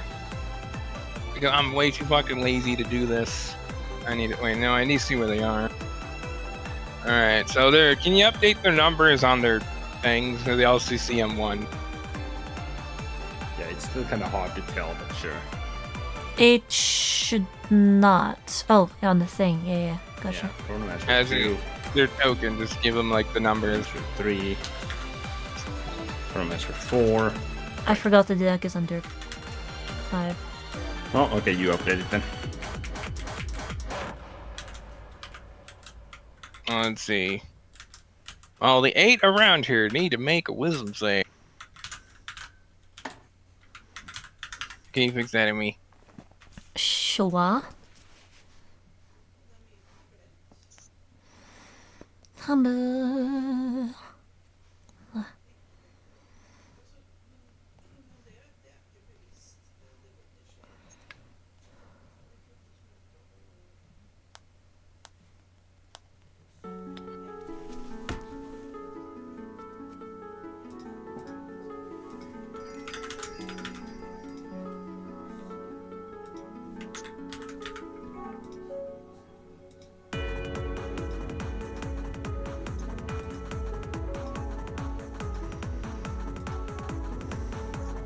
Hardly fitting inside, but hey, it's something.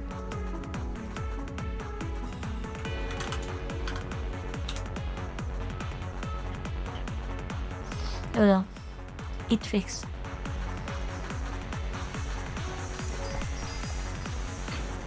Yeah. What will Linda do?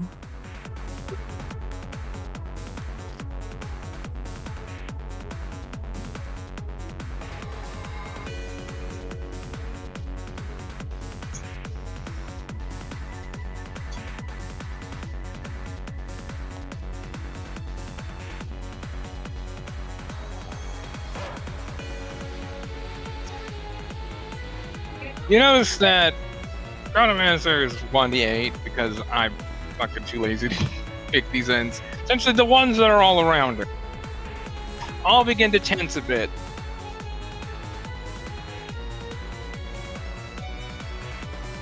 And just kind of slow and then hold themselves in place. And have a bit of a gray look to them because old person. And let's see here. Who has been held? Who's that? Hold on, I need to look at the map. What? Is that a 9th level fucking hold person?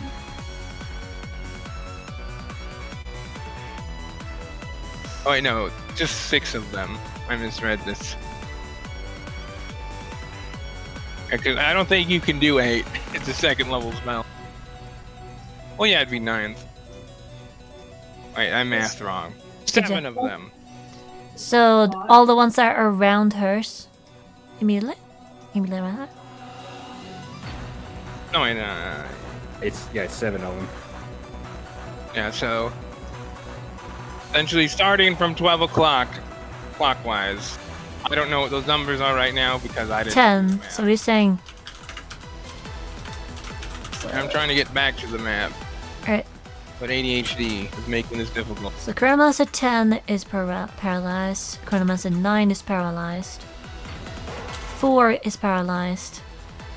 3 is paralyzed. 2 is paralyzed. 1, 2. So those 4. And then number 7? Or whichever the fucking 7th one is. Let's see. 7 is... Yep, 7 is up here. 1, 2, 3, 4, 5, 6. Grandmaster A, I guess? I guess. Like, if they're not, just make 1 through 8 in that circle. Just so it's easier. Okay, so we're gonna say... Let's see. 1 through 8. Make that number. Fix that, make that 1. CM1. CM2. Yeah, because their numbers are fucking all over the place. So it'll be a lot easier this way. CM2. So Belinda Helder persons. Oh, it depends on local ranks. I don't know for sure. Yeah, Belinda's spell save DC might be pretty good. Suffice it to say. 1, 2, 3, 4, 5, 6, 7. Everybody upped it into... Pretty good mod and rolls, they just didn't roll good enough. Nice. So now we have a lot of crits coming in their way. So then she then moves over and pokes at one. Nice. Rapier poke. You're right, you're right. We love bonus action spell casting. Yeah.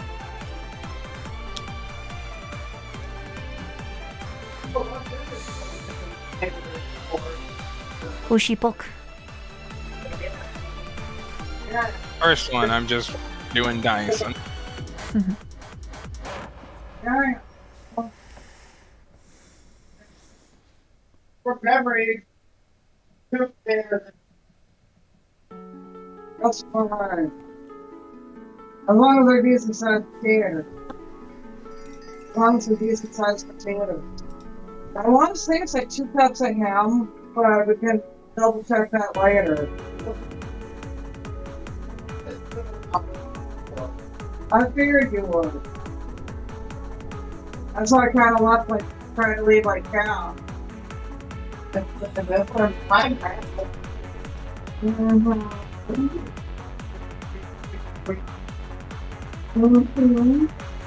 If only they sold separate scotch and toys.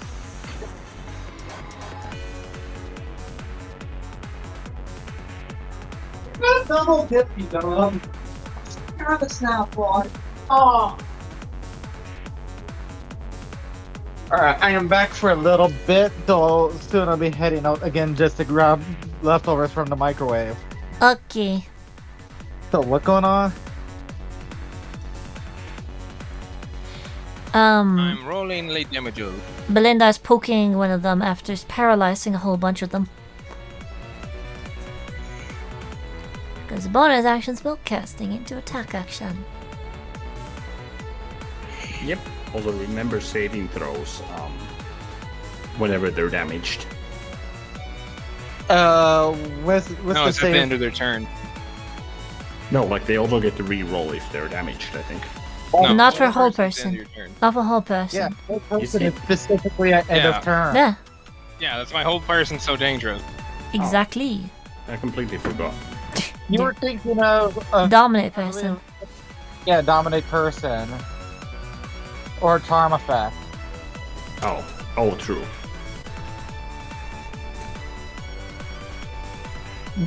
And Well, this this is a Eye tough. Patch's charm might be kind of disgusting. It What, did it ignores have to- immunity to charm, including impervious effects. What did it have to not? So you have to What, be did a it have to god not- for it to not work. A god or a god like me. Or something with Langras, I assume. Nope. Oh. Yeah. Where did you get that? A god. Okay. It's equal parts curse and reward. Also, For Davy Jones cheating and winning against the god of fortune and him not realizing it until after he had already won. Also, after this, we should have a look at the Ring of Burning Soul. I just remembered. I'll be Okay. back again.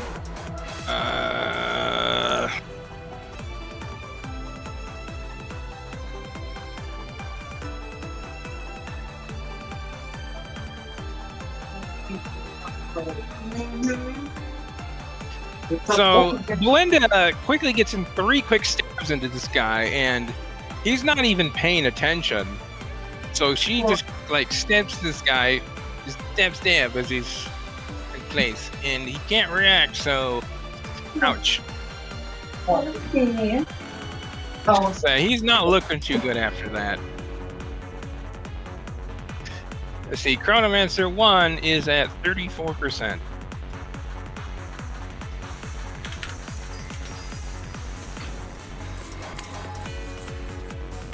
Oops. Nice. They can't use their Chronomancy right now, unless Malt hits them.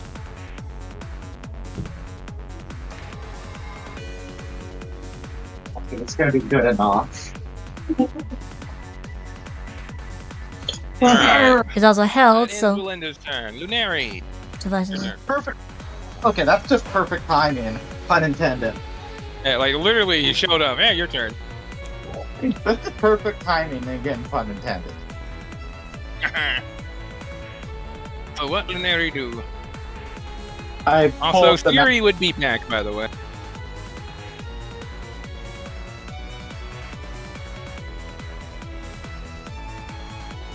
Well, are we going for kill or just knockout?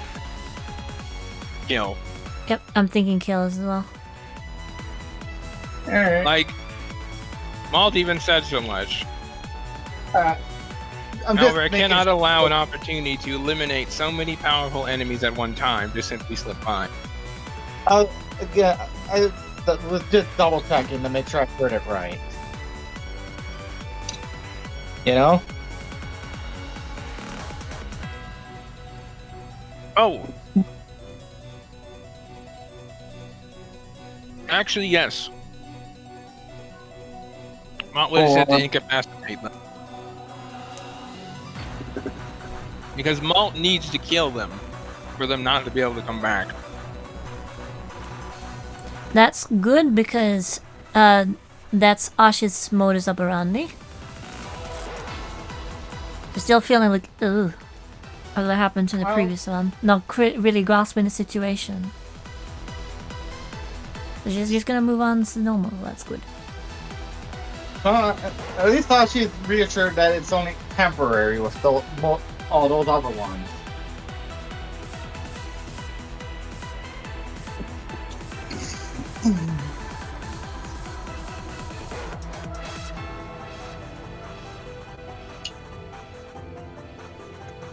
I just had a funny thought. Since they're paralyzed, what's to stop me from just going by and taking all their gear or taking their weapons away from them? Could easily disarm them. Like, would they even be able to resist doing that? You're Or would they pretty even just sure that they'd have means to have call their weapon back. Even if I stuck the weapon in a bag of holding? Fine. Probably. These are powerful chronomancers. You think they might have been around a while. They've had some weapons stolen, stuffed in bags, and they're like, never again. Fine. That would have been That's the sort of hilarious, so mistake just- you make exactly once. So, alright, so looks at turn order here. Good. And number 1, you're about to become a friend. If I can find you on the map.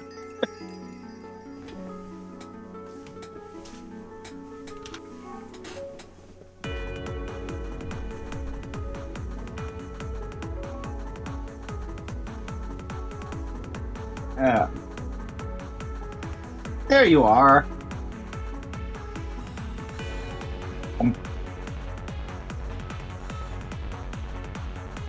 Do. Just gonna stroll over here. How many charges was this?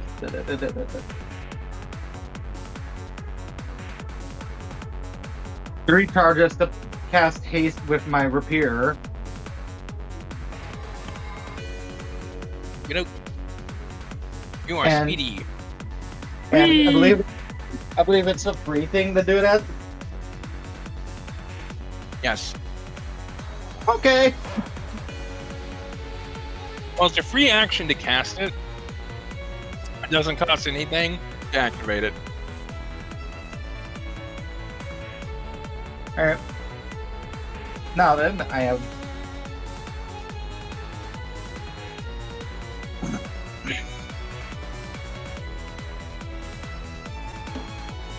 Since all my strikes are gonna be non-lethal, dagger and my rapier and one of those venom.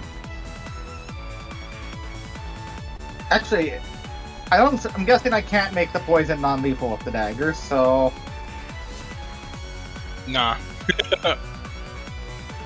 That's kind of a very kill you weapon. what do I want my other?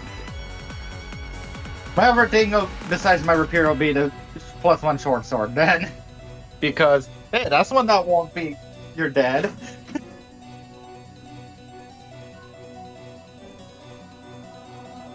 Because I would have been just shifting now while getting ready anyway, so. Starting with the rapier, doing all this non-lethal.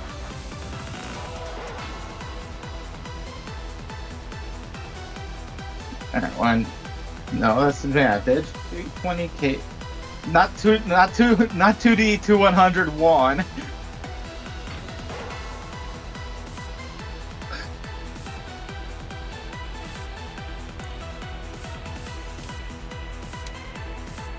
Here.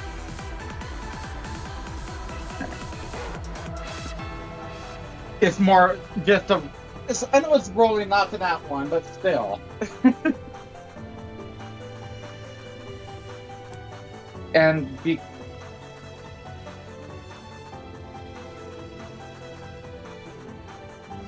And since it hits, it's gonna be a crit. Because paralysis. Paralysis. Now, where's my smack attack? Be here.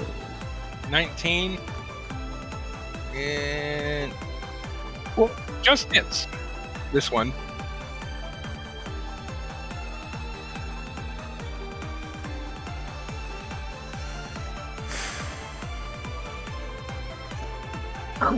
Hey, even though I only have a 1d6 for it, you can still I was paying with a crit. Every bit helps.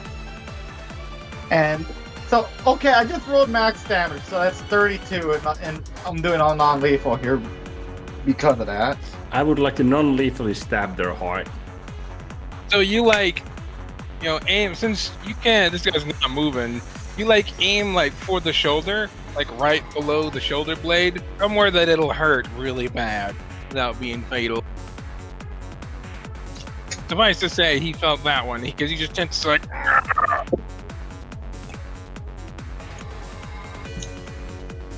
Is he still he up? is at 17%.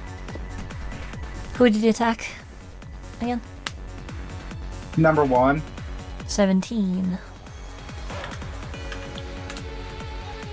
Bonus action, not advanced attack. With the +1 short sword. What's with the violent louds?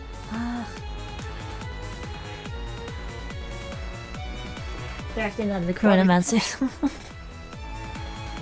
27, which I know hits.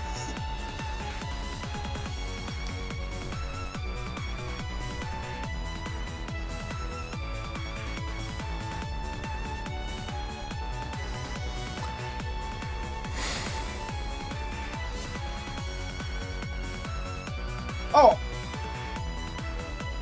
I forgot to add my damage mod to that rapier thing. That would have been 8 more from the rapier. Okey-doke. I don't know if that changes anything. He's at 12%. Twice to say 27 hits. 15 more from the short sword. Which was my bonus action offhand attack. Slap him with the breast. Number 1 is at 4%. He ain't Nice. feeling so good. Då antog han on deck. Haste action attack. Back with the rapier. Poke, poke.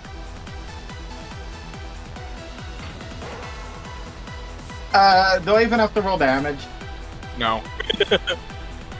No, you just poke him Night, again, like in the same spot, and he's just like, ugh. Kind of like Good night. just slump a bit. And he's knocked out. He is unconscious. KO. I just knocked him up in a very violent manner. And technically still paralyzed, so he's having a fun time. He's just kind of like stuck there, just kind of like in an awkward position.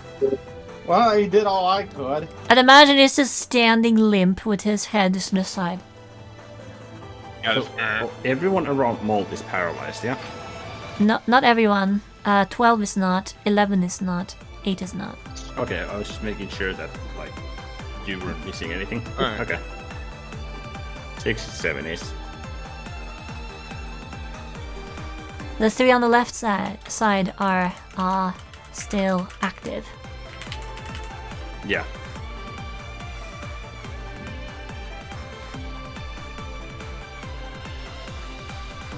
Alright, is that end your turn? Well, Yep. that's all I did. I did all I could. Luan to Han. Oh yeah, also, Before Hold I on, end, I believe it's somebody. actually, the only thing before I end it, I'm just gonna move back out to be out of the way again.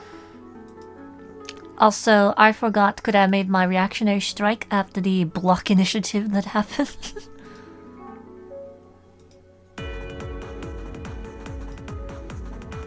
Yeah, there we go. I had it up man. Sorry, what? I said I forgot to do it due to the block initiative. Could I have made my reactionary strike that I always do at the end? Sure. Thank you. Okay. After the brick chronomancers.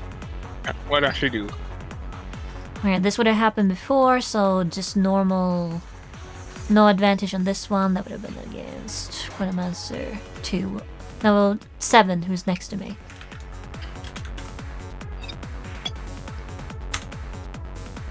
Nope. That misses. Who'd you attack? 7. Where are you standing? Just south of him. What's your sword's reach? What? It's like, yes, I think. What's your sword's reach? Oh, fucking. Everyone below her is gonna get fucking smacked. I think it's 5 feet without anything because it's not as long as Justice.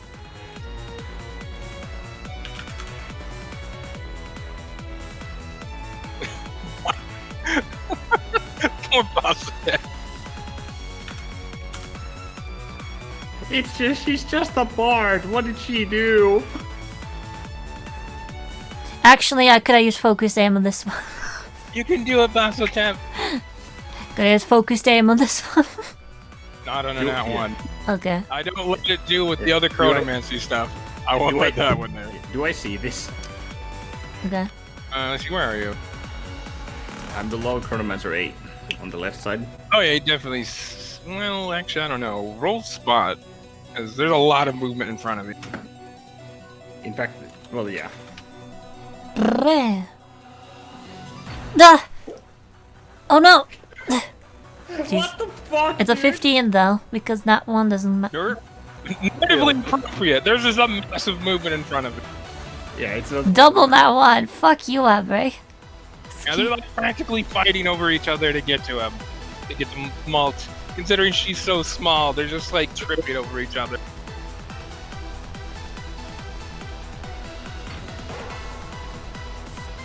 All right, Basso Tap, you can do it. Oh, I'll roll damage. It matters if I even hit. Actually, technically, don't I repeat the attack against her? Or something like that? 1. Okay. What was the roll? It was a 20. 20.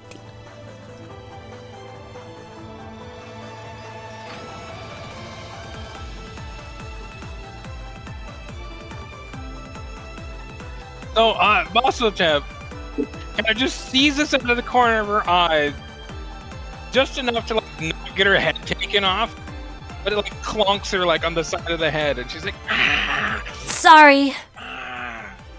What's the tissue say to not get like dazed or some shit? Like it almost took her head off, but she's like, whoa, ducks down, but gets clonked by like the blunt of the blade as it swings by. How much damage? Oh, shit, I got roll damage. Clonk damage. Roll clunk damage.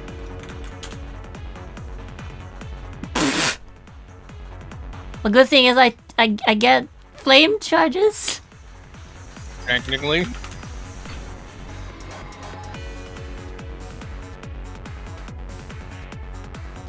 Does she reduce that in any way?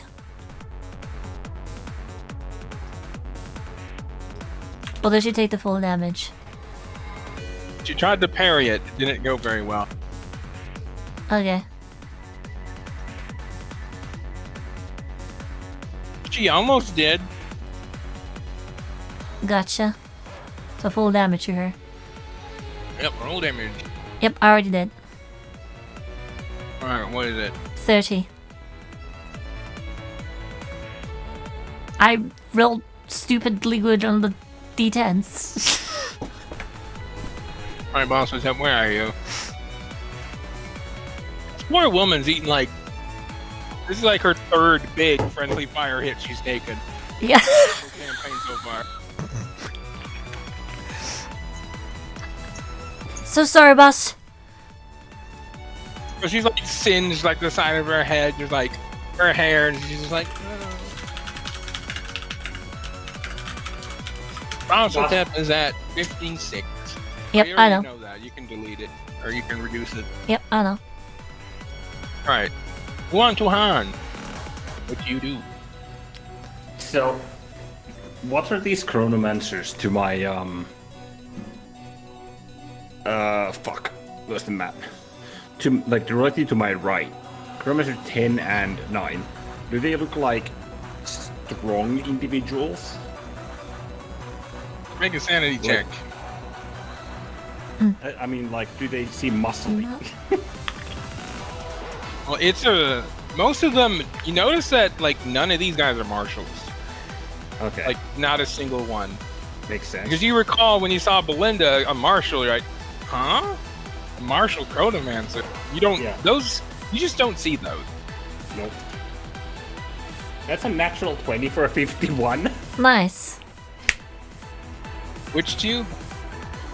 The one's directly to my right, which would be 9 and 10.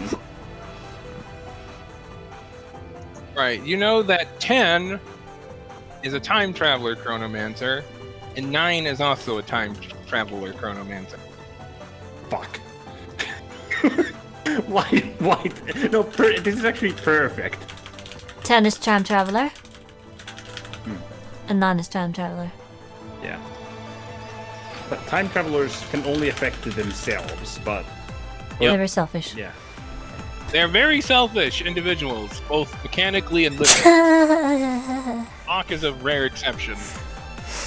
Yeah. Who is a rare exception? Locke. Oh yeah, look.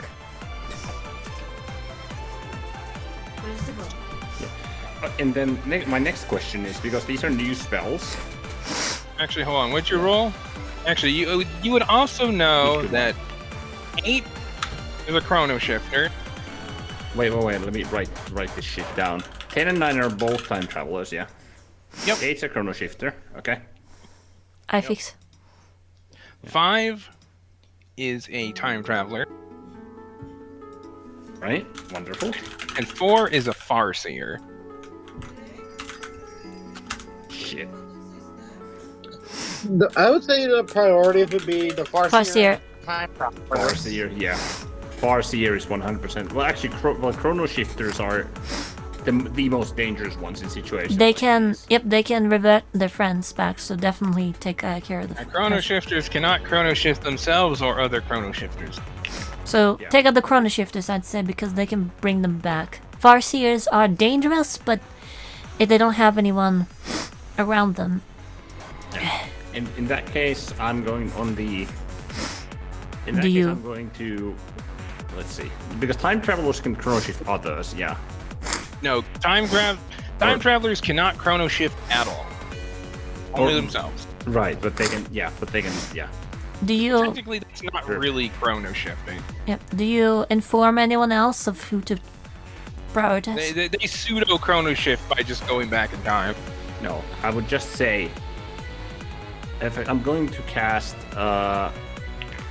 because Jolt. fuck this one in particular. I'm gonna cast Blinding Chains on the Chrono Shifter, and she's going to get triple disadvantage on that. Funny, because save. that is the woman, one of the women. Yeah, because fuck Chrono Shifting. It. Because it's like beyond the initial one. Let's see, it's. Yeah, the initial one's a dex save, which is going to be a triple disadvantage. Wait, isn't it paralyzed? Yeah. Oh, number 4. Eight is not paralyzed. Oh, 4 is. in that case 4, yeah. Or wait, fuck, the Chrono Shifter. Which- Yeah. yeah, That's it. Yeah. yeah. And the, let's see. Fuck. Everyone in a half circle on the right side Yes. are paralyzed. Yes, and yeah, I mixed up 4 and 8's positions. Yeah. And then, like, what's the action for me to change bullets? Do you have the gunner feat? I don't think I do. Then it would be a bonus action. Yeah. No, I do not. Okay. It's a bonus.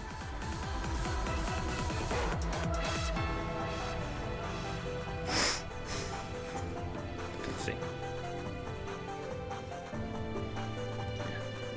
In that case, I would point my gun literally at him. because fucking restrained. And I'm shoot. Roll shoot you. It's like it's at advantage because fucking melee. Question. If I use the remains of my sword, could I use it as a weapon? What? The sword that was partially melted by the hellfire. If I were to smack people with that, You could could technically use it as a bludgeoning weapon. That's 1 damage die lower. yeah, I could use my telekinesis to control it. Just Just club people with it. I think I It is a blunted weapon.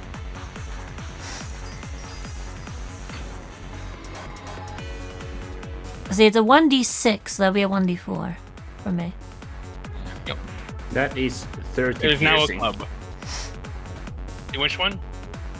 On Chronomancer 8.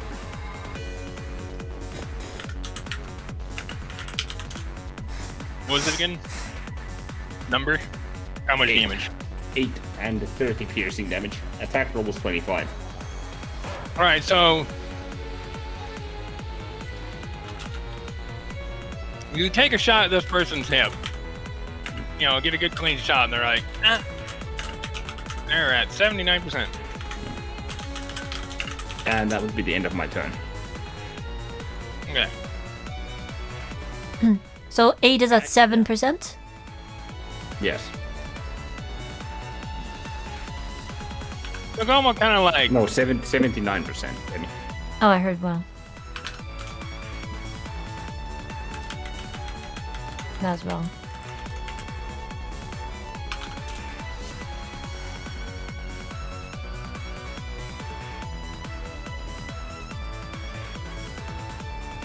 We change his color to that.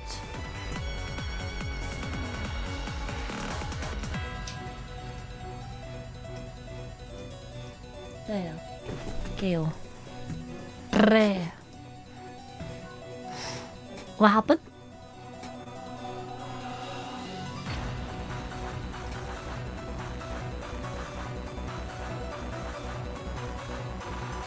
I don't know. Freaking almost the entire Kiko's group better than Ellie now she uses.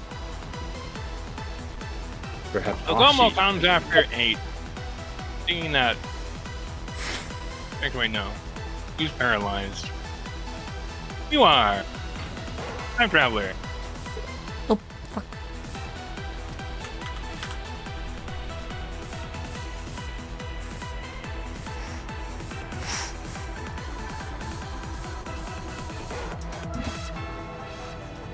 Ogomo, little halfling man, runs around here. Draws two pretty wicked looking dagger. Nice. And like shivs this person like in the side. Like twists the knife. And then like pushes it further in. And then stabs him on the other side with his other hand. Yeah, you're dead. Ow. 5 is just 5 is gone. suffice it to say. I'm dead. He then goes over to Chronomancer 4. And like takes his dagger that stabs like right into like near his neck. Tries to get the neck, can't quite get it from his angle, and just sticks it like right on that large muscle there between your shoulder blade. That hurt. 4. Let's see, 4. What are you at? Number 4. Damn, maybe we can finish this common encounter in one session too.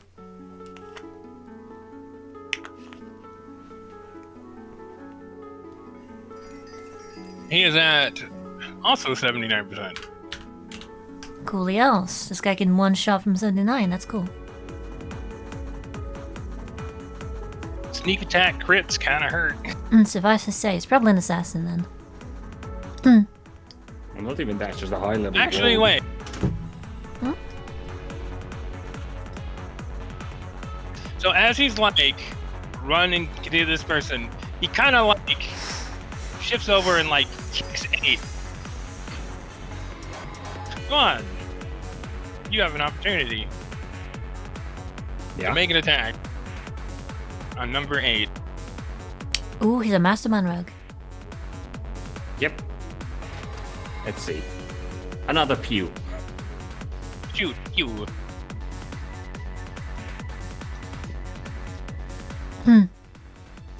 28. Nice to say that hit. No sneak attack though, because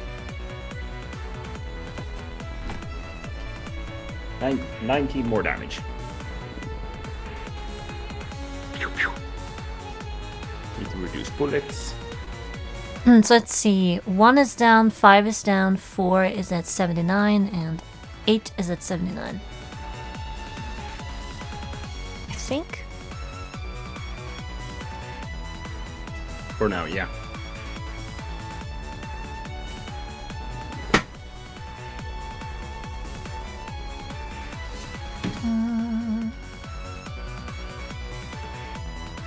Bang bang.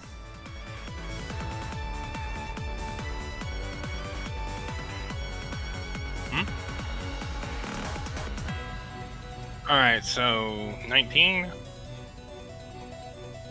Alright, which one was this? 8? Yeah, you said 8, I believe. Alright. 8 is at 74%.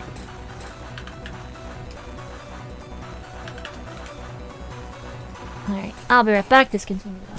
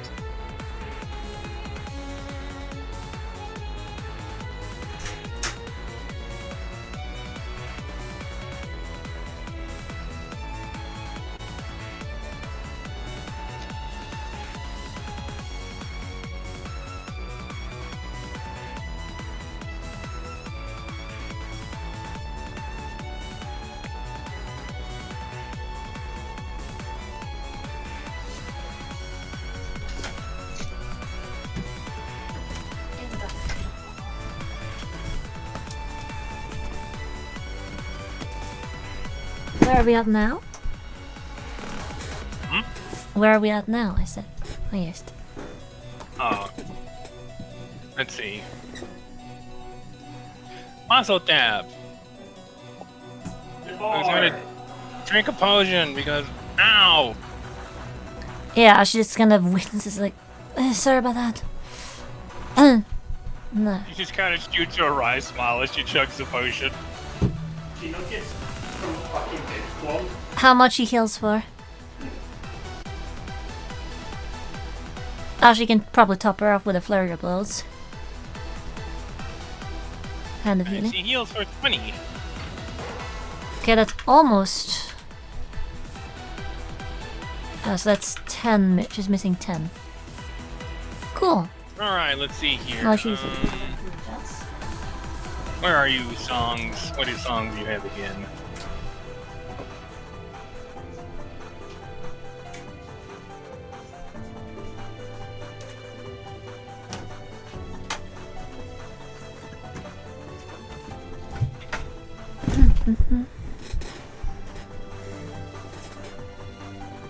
Skillful Short Sando would be as useful as always. Although. But.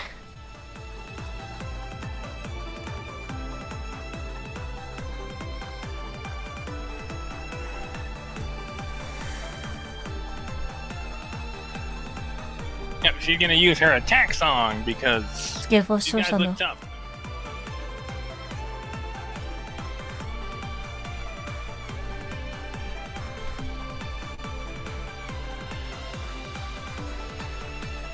Let's see, and that ends her turn because that's all she can really do right now. So Skillful Short Ruby. Sando. Okay. Oh boy, so people gonna hurt. Skillful Short Sando, 40 feet.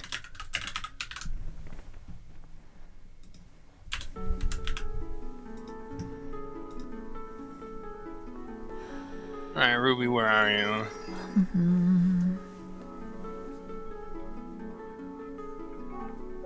Alright, she kinda like comes up over here on this one. Since it's paralyzed. And this is number 7. Actually, wait, who's hurt right now? 4 and 8. Actually, Ruby can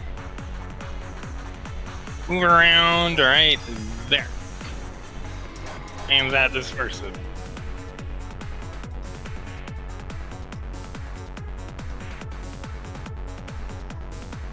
She's gonna go up and yeah, mid, I guess.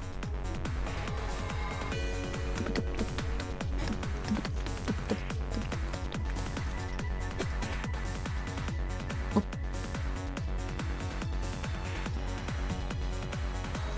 Quartermaster is probably gonna be a big deal later. Angsek on deck or Bella for my LA.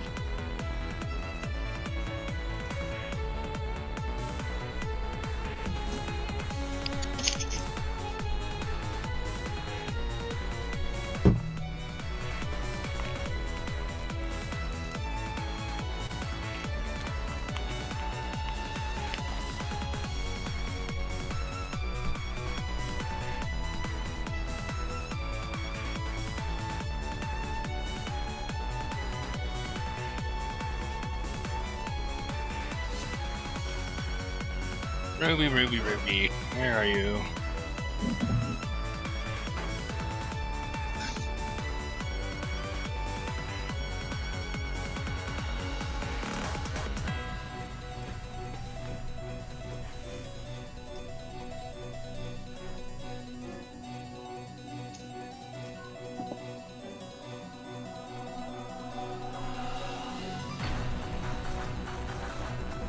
So seeing that she has a bit of time to, you know, take careful aim and not just obliterate them, takes 2 shots of this person. And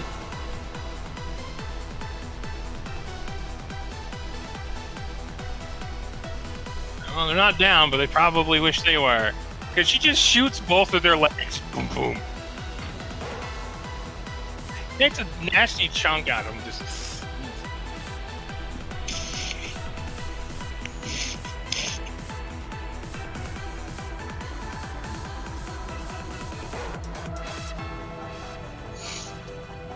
And number 4 is at 7%.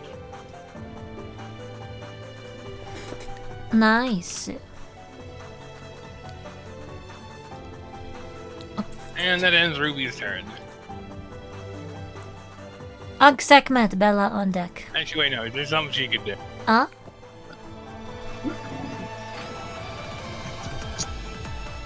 He takes her weapon and just clubs this guy in the head with it.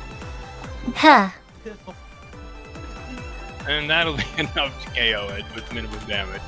So 4 is KO. Yeah, so 4 is just slumped again, just kind of stand there.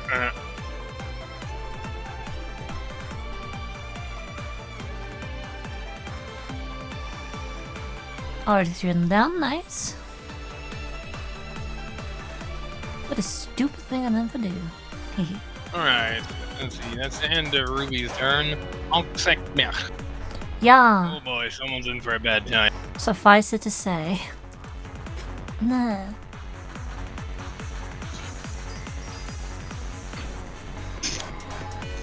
Also remember that she can reroll Yes. when attack that misses. Yep.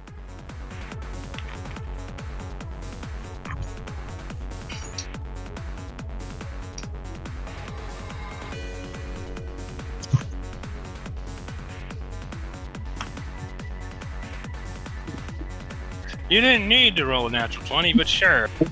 Huh. Hey, it's Valor. And then such stuff.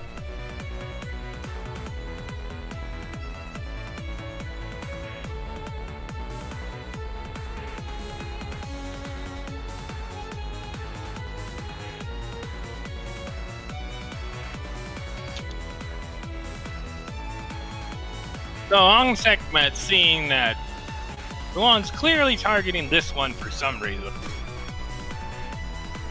runs up over here. And she then takes her blade up high. She leaps up and just slashes down across the nasty gash. Ow. Like, she put her weight into that. And the person just kind of crumples over into the chains. They're KO'd. Nice. Very nice. Can I make Yes. another sanity check to see who others? Yeah, wait until there? your next turn. Alright. And that's effectively those. Actually, wait, no. You would know that Chronomancer 3 is the Chrono Shifter. In that He was case, in that wreck. Alright. In that case, Luan would effectively like look at Segment and then point at 3. That one next.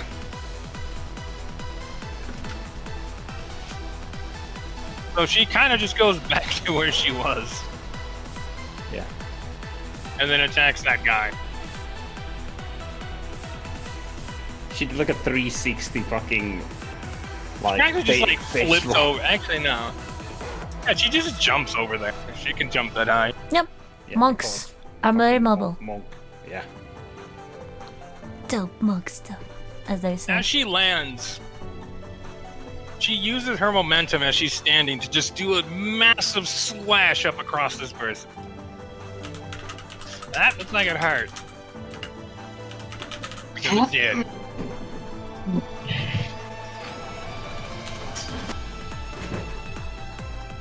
Rest in break.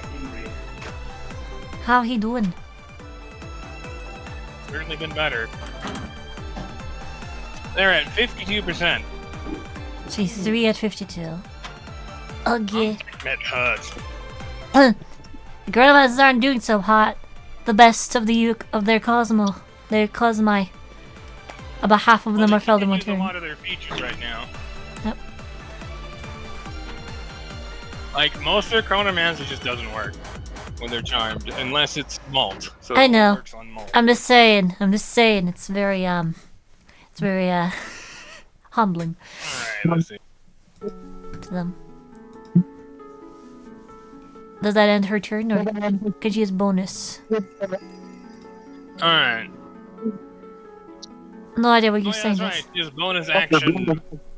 Like, flurry of Nope. sword. Flurry of Sword. Let's try So she does rejoining. another big slash on it, and the person kind of like winces like really hard, and then she follows through with a real quick slash, and the person just kind of like head slumps a bit. So 3 is down. 3 is KO'd.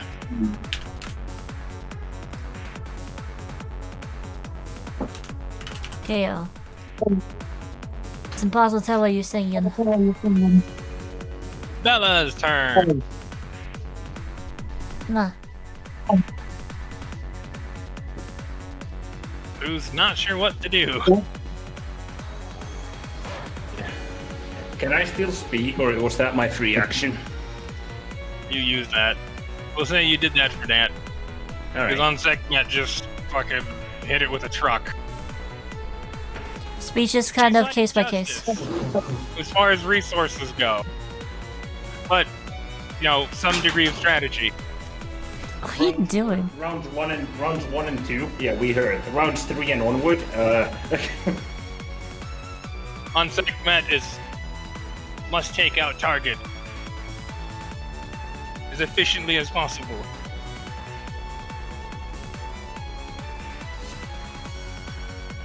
Yeah, it's like if Catherine were a monk, yeah, she'd be kind of like this.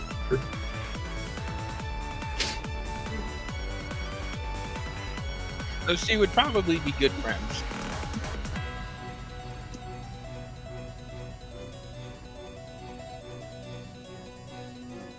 Alright.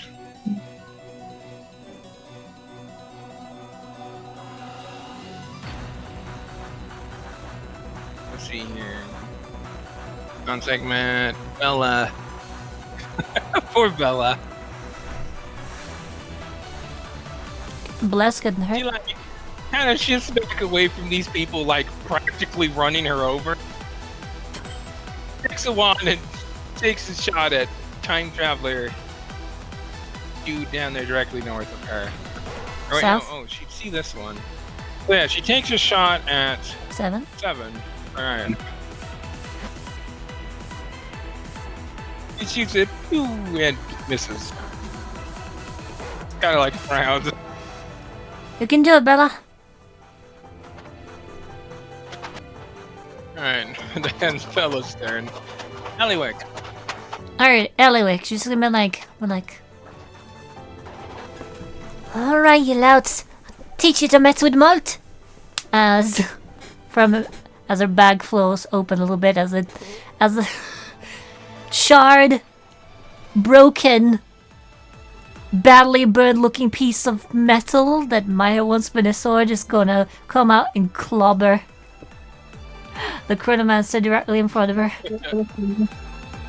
I'd say that this automatically hits.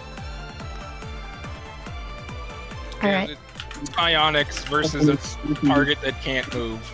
Yep. You're not gonna miss. That means it's also a critical hit by virtue of stuff. Critical club. Yep. Intelligence plus I'm gonna use the. Yep, that's gonna be a. So I'm gonna use damage. Cause yeah, I might as well use some damage. 2d6 plus 12. Oh yeah, also. 2d6 plus 12. It's force damage.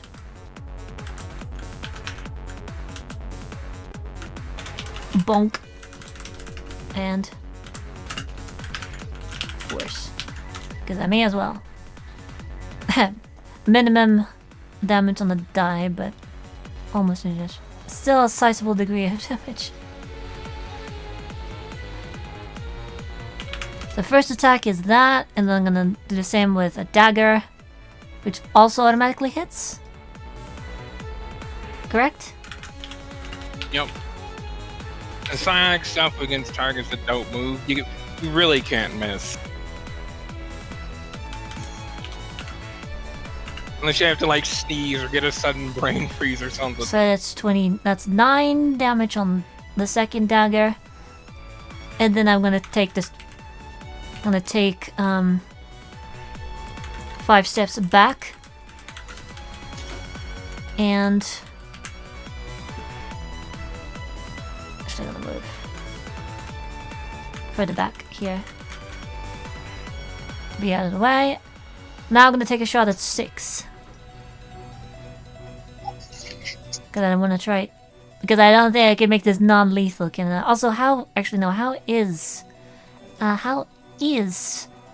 Karamasa 2, sir, doing after that attack? 29 damage mixed. What's the total for him? 29 mixed damage on 6. Fuck. On 6. No, oh, sorry, on 2. I misspoke. That is 83%. Oh yeah, then it doesn't matter. I'll shoot 2. I'll shoot 2 as well. With the bow gun. I presume I actually have to roll to hit that one. With advantage. That's a 29 to hit. With crossbow. That hits. That's 21 damage to him. Dang, damn it.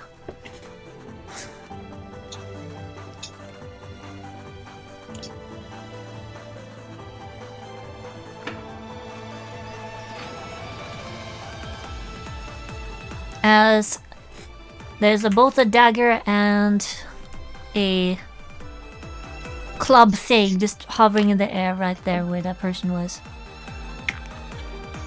Where that person is.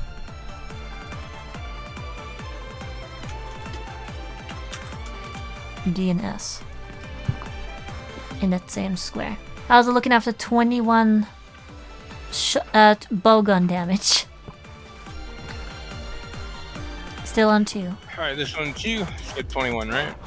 Yep, 21. And that is 71%. Alright, just to make sure I hit the same person twice. Just to make that clear. 3 times technically, so 71. Okay, here's some he's beefy.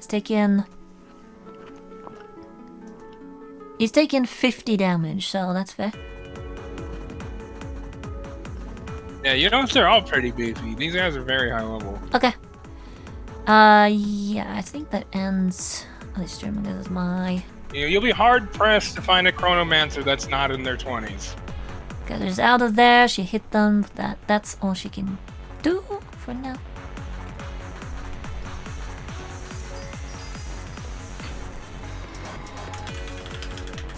So I have that.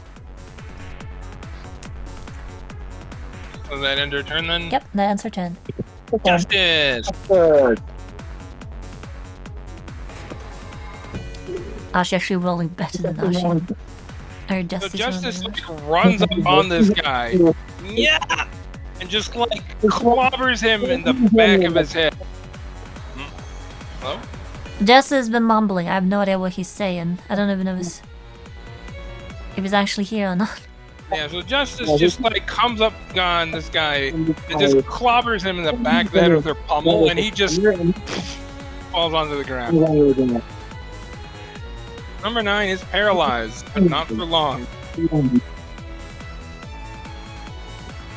Nice. That certainly helps.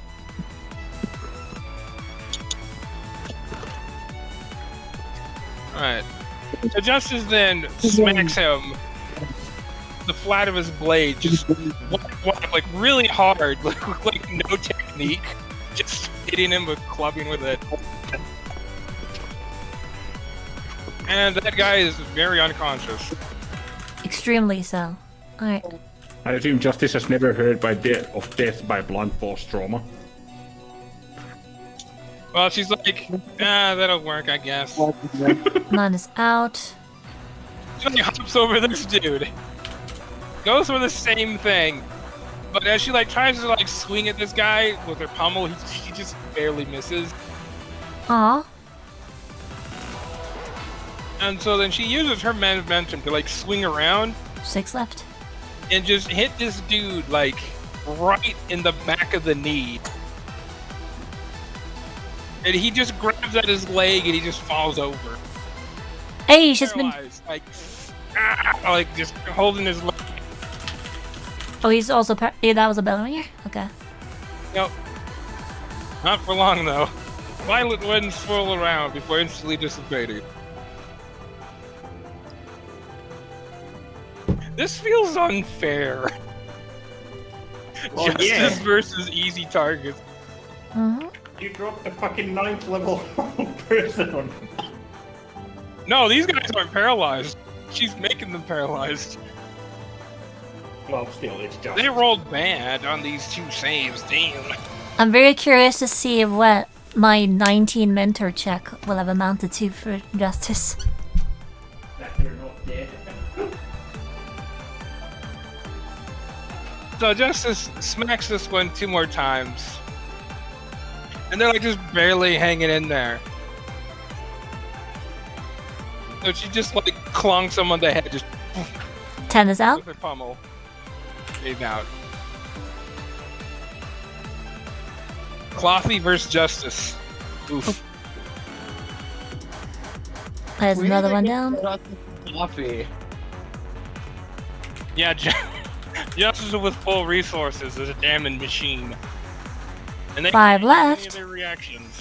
5 left, so they can't even save themselves from this fate. The fate was sealed. Now, if only we could get Justice and Coffee on top of this. Haha. Yeah, no. The last time you did that. Justice runs off into the woods and starts slaughtering bears. Still has fucking PTSD of that shit. That ends her turn. Yeah, that ends her turn. Ashi. Ashi of Mercy. Ashi. Okay. This time she's gonna position herself a little differently.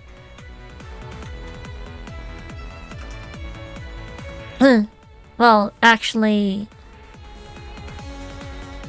Well, yeah, I'll position myself differently here. Strafe around because I can do that and run attack at 7, who's paralyzed.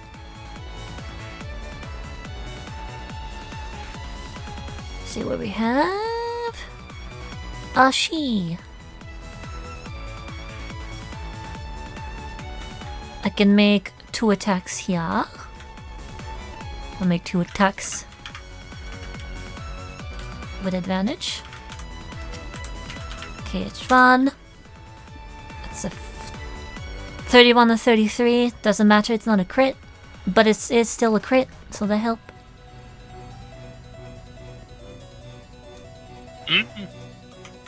Because it's paralyzed. Yeah, which one? Yes. Yep, the one that's Roll adjacent. damage. 7. Okay. Let's see, this is gonna be... Stem.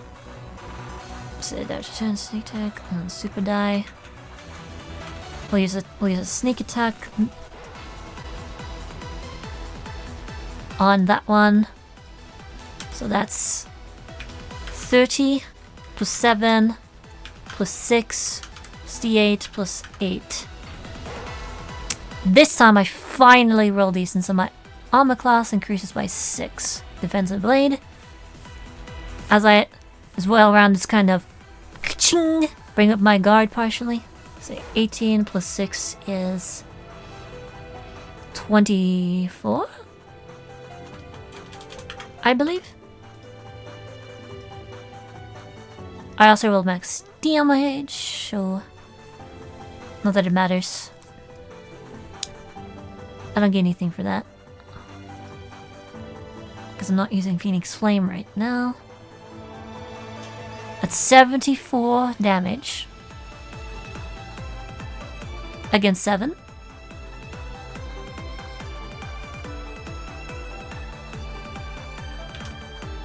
Huh? That's 74. 74, yep. I'm now immune to fire damage immediately.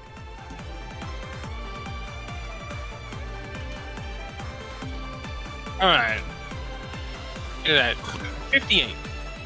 58, that's just my first attack. I'll roll again. And now From- you see why it was alt meant. what Malt meant about the opportunity? Yep, that, and let me find it. Let's see, okay, this is just gonna be...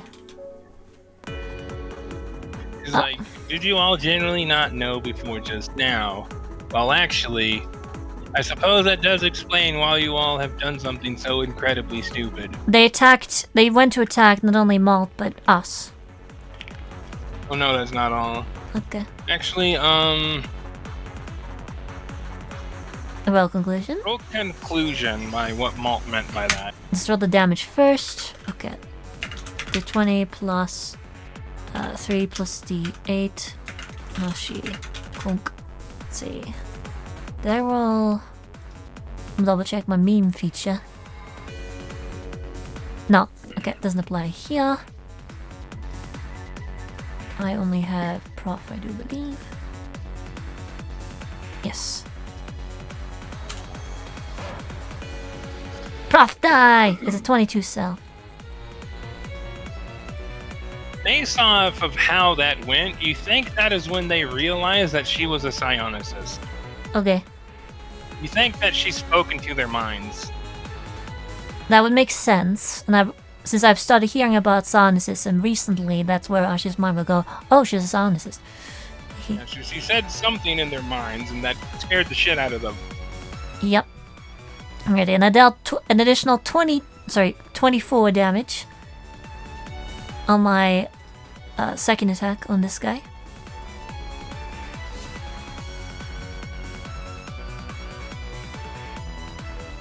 How's it looking after that? 7. Yeah, I don't think I'm... After that, it's at 45. Alright.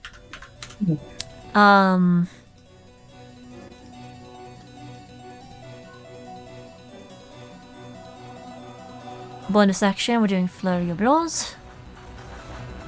What better time to do that?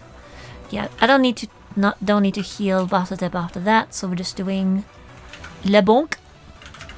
2 D20. D20. Get 1 plus. Where's my bonk?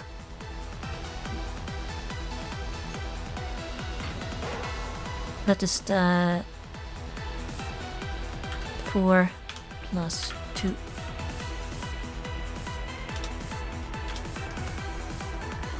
See, I'm practicing with unarmed strikes, I think. So that would be a D8 plus D6. Correct? Is that right? Sorry, what was that? I see I'm practicing with unarmed strikes, I believe, so that's... That would be prof die plus prof bonus as a die. Yep, so that's So- D4, okay. Yep. Thank you, I'm just making sure. D8 plus 4. 22 and 25 to hit still. I believe that hit. Let me see, which one is this one? Same guy. 7, paralyzed. First attack does not hit. It does not. Okay, then I'm gonna use Just focused aim. Increase, I'm gonna spend... Actually, how far is it? Okay, well, nevertheless, I'm just gonna spend 2 key points to increase it by plus 4. That should hit. That should hit now.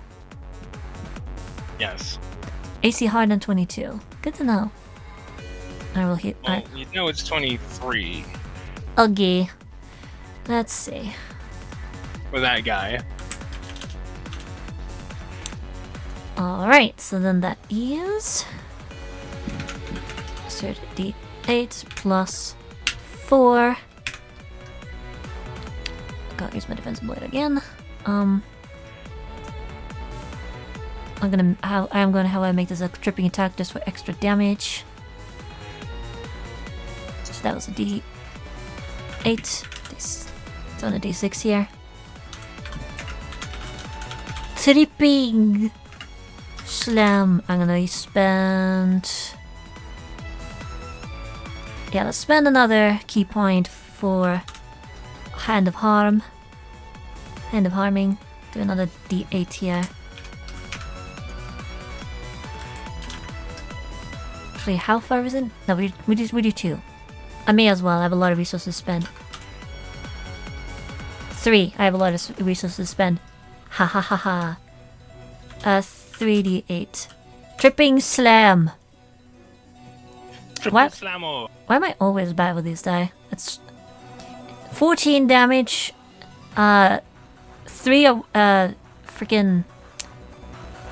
That's 6 of which is necrotic, and he needs to make a strength save. 7. Yep. What? Yeah, 7.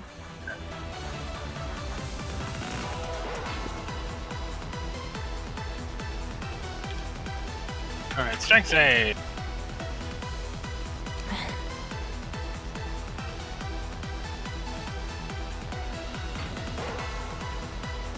Plus 14 damage.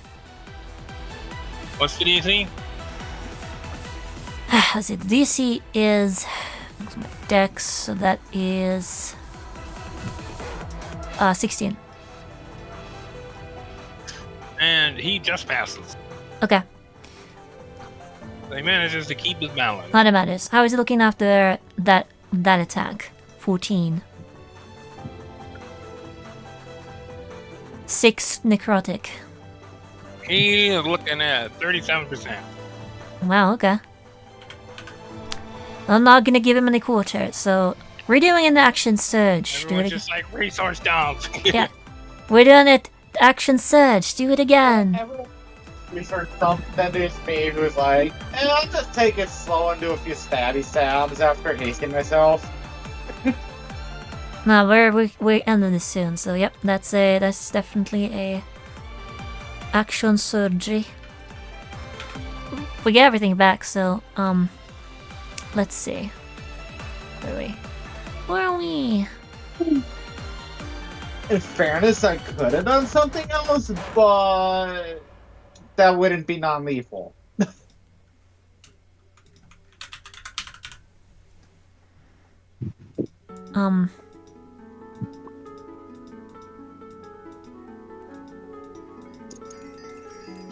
Okay, yep, we're just doing attacks. We're doing attacks with my bonkies. My bonk sword. As it is currently. So 2 instances of 1520, carriage 1. So 26 and a 30. I am gonna start with the 26. That hits. And that's 3d10 plus 30 plus 7.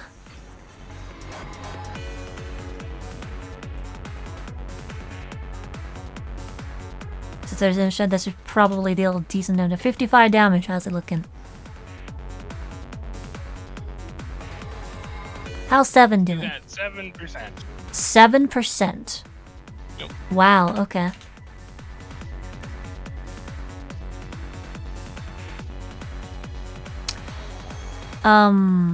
Let's see. Let's see.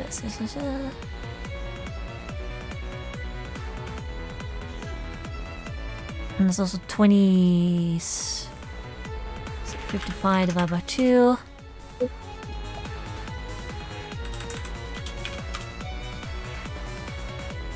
I've peaked on the on the flame charges.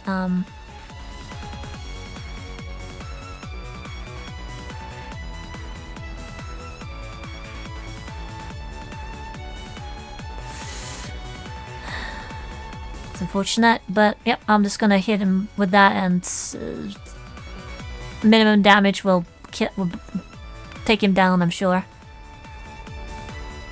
Yep. I don't know. You could roll a bunch of ones. Not with a plus 30 modifier. Yep, it'll do it. Oh, he is clunked. As I whirl around, just slapping the side with the side of the blade, and then just kind of. I like to imagine that he just skids on the floor. Well, he's still paralyzed, so he's just kind of like hanging there, just. Alright, right. There's one down. Or there's another one down. That unfortunately ends Ashi's turn for now, but she has a reaction back, so that is something.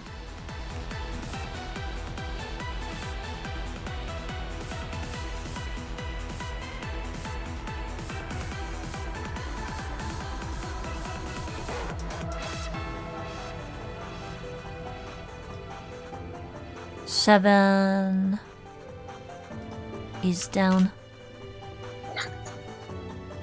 for now.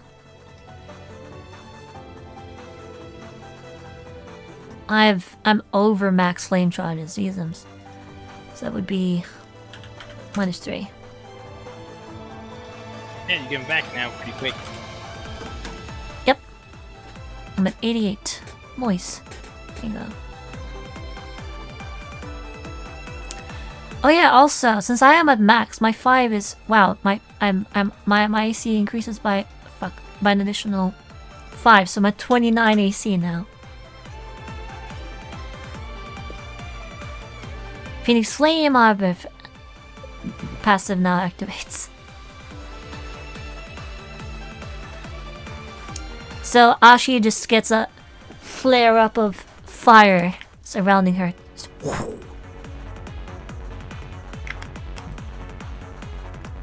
Flaming Ashi. Surrounded by flame. She's so passionate, she's on fire, literally. You're getting a lot of flame charges. Indeed, suffice to Is that say. in your turn? Yes, it does for now. Miss. It's all the actions that I can take. Presently. And I get one Valor.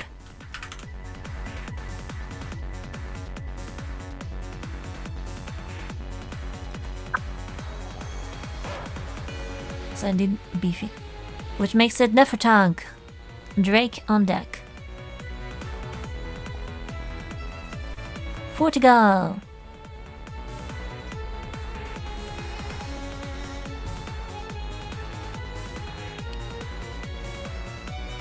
Let's see here. Could have done more, but hey, you know, live and learn. And you only know what you know.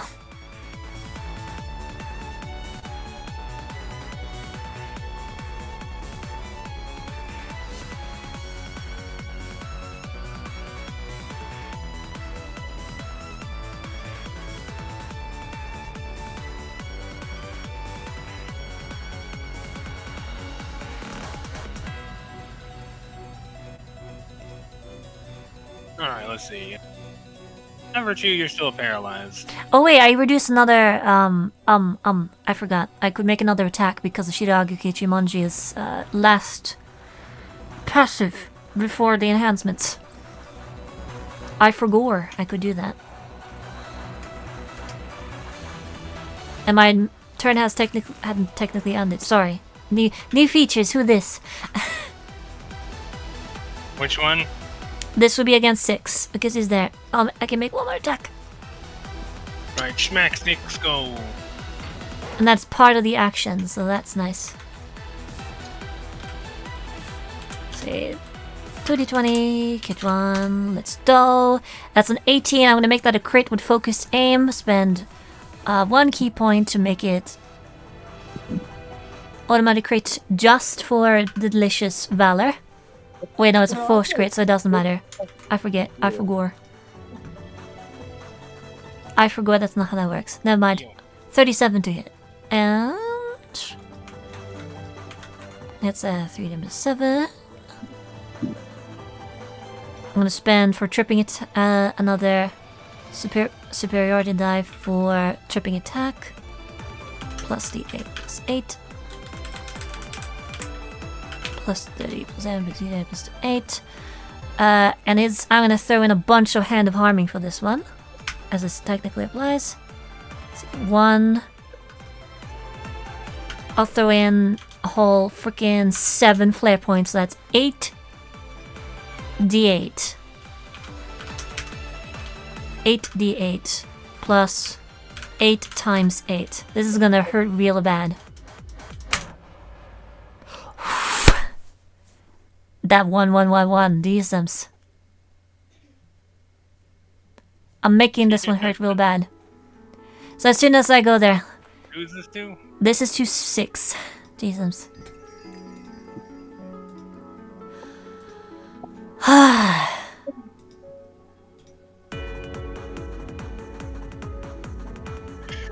So you like reach up, you know, the big swing and just come on down with just flaming energy and just slice right into this guy like butter. And you have to like stop yourself a bit, like, oh shit, I'm gonna kill him. Kind of like jolt your blade a bit and pull it out, and this person just falls over. That's another valor for me. That person's fucking down. Suffice it to say, decent. I had to read over. Yeah, they're a bunch of casters. They don't have a lot of HP. Indeed. Like, it's gonna wipe sweat from my forehead. Always getting used to things I see, I guess. I have a bunch of D8 hit die and I go down easy, so. Alright, is that Double Ox's down. turn? Yay! I'm not falling behind on Sakmat. We both down 2 people. Almost. So Nefertonk just kind of like walks Yeah. over here, like skimmies over by Yeah. like, excuse me. And like reaches over as her hand begins to glow with necrotic energy. Yeah. Oh, it grows She just- with And she just like taps this person on the shoulder and just wounds just open all over their body. Inflict wounds. And she's like, ooh. Sorry about this. That's funny. She looks genuinely bad. She looks like she feels bad from that. Because Polite that looked inflict like it wounds. fucking hurt. Polite inflict wounds. How's he looking? Oh, Oh, that's against 2, right? Number 2. number 2 is now at 5%. Oof. Very oofus. Flick wound crits kind of hurt. Nice. Yeah, if you remember when I decided to say fuck that one guy in particular with a 4th level. She wasn't gonna like max the damage. She's like, I might kill that person. Boom. All right.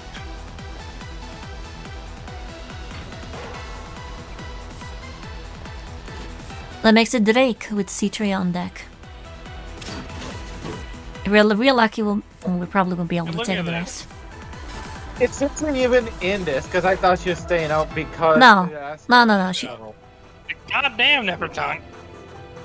also said that she was back for this because, well, we're knocking them out and then killing She them came anyway. back like right as all the fighting. Essentially, Yeah. as shit was about to go down, she just kind of like came over and hit by the boxes, and then she showed up. Also, finally, welcome back. So yeah, she's good to go. I do believe. Yes. Okay. Well, I didn't roll any addition for her because I wasn't sure if it was gonna be in this or not. So, alright. Or say that she's Well, at the we'll just bottom. say she showed up late. Yep, she's at initiative 7 immediately after Drake. So Yeah, she has rolled a natural 0. so what Drake do? Drake, seeing these guys are a problem.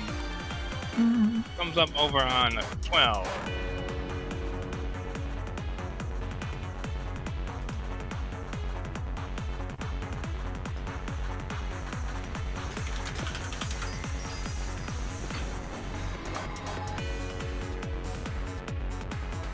Kind of like looks at everybody knocked out.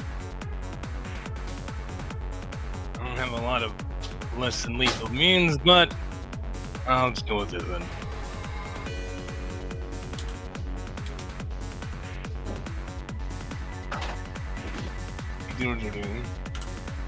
Oh wait, that's right. Let me check. Yeah.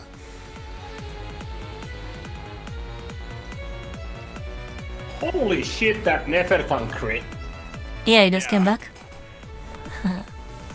She's up, tapped the shoulder and just almost killed him. I can just imagine with a serene, apologetic look. She's like, sorry about this. Taps him lightly on the shoulder and just like his part of his torso just opens up like. Never underestimate the innocent or sweet looking ones. Uh-huh. They're the ones that hurt the worst. Alright, let's see here. Like you're gutting a teddy bear. Like Alright, he doesn't need to do that. So let's see. Who was up? Let's see. Two of them. Great city, Julian. I need to make wisdom save. Old person. Wait, is it Drake's turn yet? Yep. He's a sorcerer. I see. Yeah, we know that. We know that much. I stopped him from casting spells. I should know.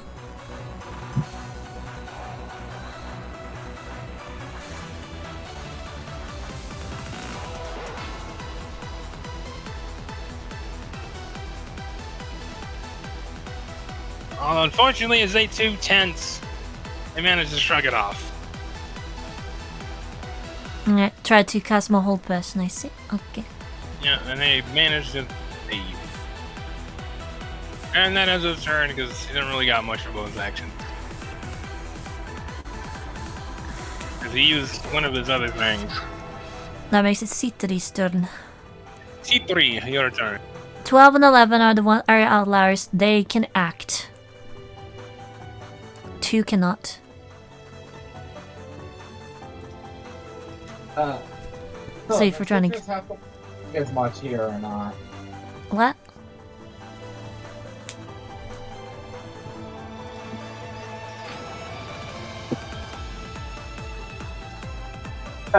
It's I was asking if Citrus has to hold back as much or not. Still, Well, just to not kill them. I was, Yeah. I was referring to level, but I suppose just to be about the average of the party. I'd imagine the Citri would be around here, She's but this point. relative to you. Yep. I imagine Citri would actually be in the fray at this point, right?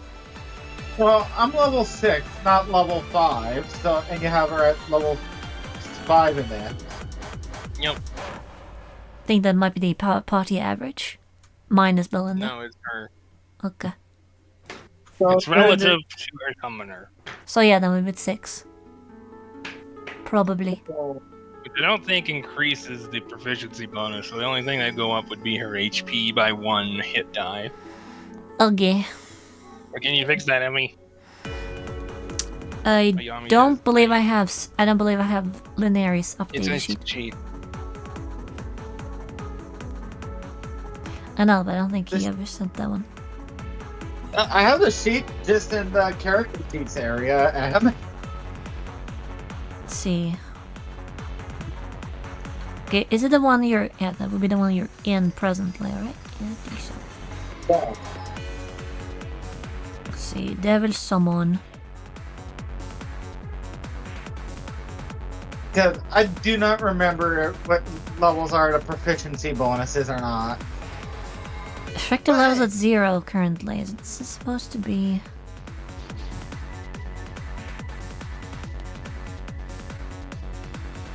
The challenge rate you. Just go to her challenge rating, increase it by 1, and then go to her 6. hit die and increase it by 1. Okay, I Her was, hit die. got it. That's done. You never know. That little bit of extra hit points might be important. Indeed it might. Okay, that should be it then.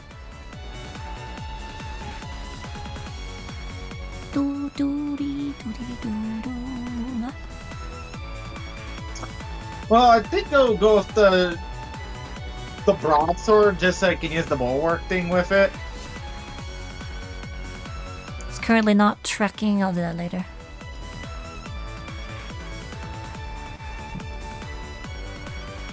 You're using what you said? A broadsword, so can you use it? So whereabouts on this map would Citrus be? Because Citrus is currently way the fuck back there. Oh, she would be like right there. Okay. I imagine she wouldn't use the dash action from behind the boxes. Yeah, so that's essentially where she got, like,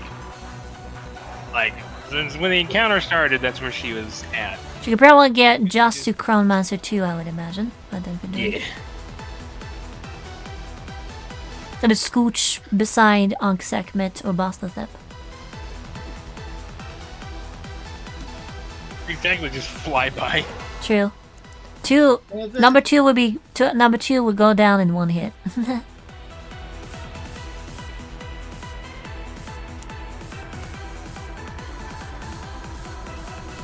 It's a lot of difficult terrain. Let's say it would be Just 5, fly, 10, more difficult to just land on the unconscious body for now. 10, 20. Do what to who now? This, I just gotta like move over there. whatever DS is. That's a dagger and a remains of a short sword just floating in the air. Yeah, Zedra just kind of like brushes them aside and just lands over there. Fair. Just remember your dagger short sword are there also, Em. Yep. Hi, CMT2 or CM2. Where did I get the T from? Chronomancer turtles.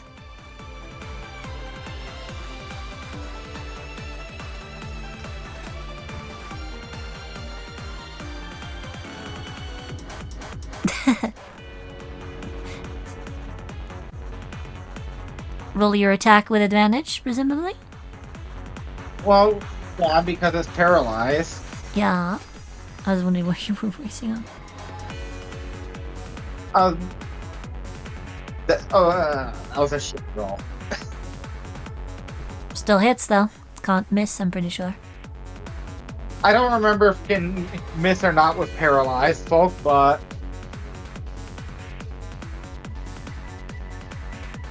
So, first one is a 12. Oh yeah, it can miss. I forgot. So yeah, that would miss. So, the 12 misses, but then there's a 23 which hits, and do I need to roll damage, Azu? No. Well, Pew! number knocked out.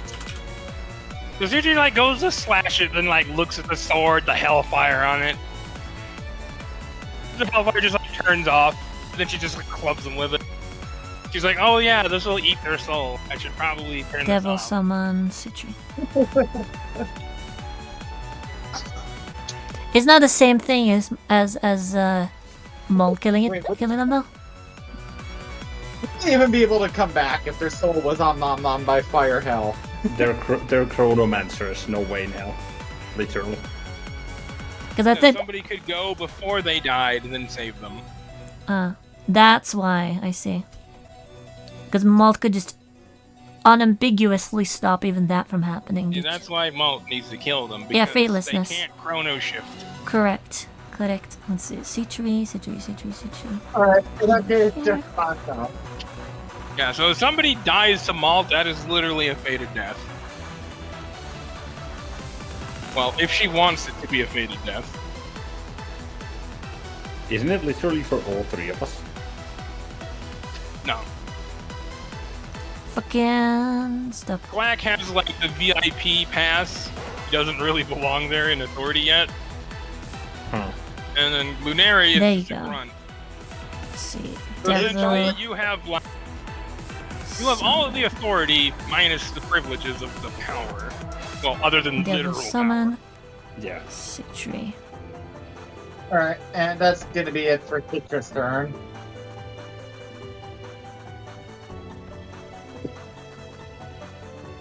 Devil summon. power. So like Julia just runs down over here. Let's see.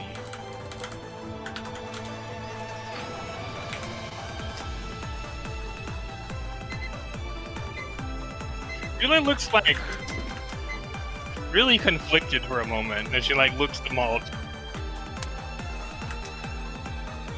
I heard a microwave.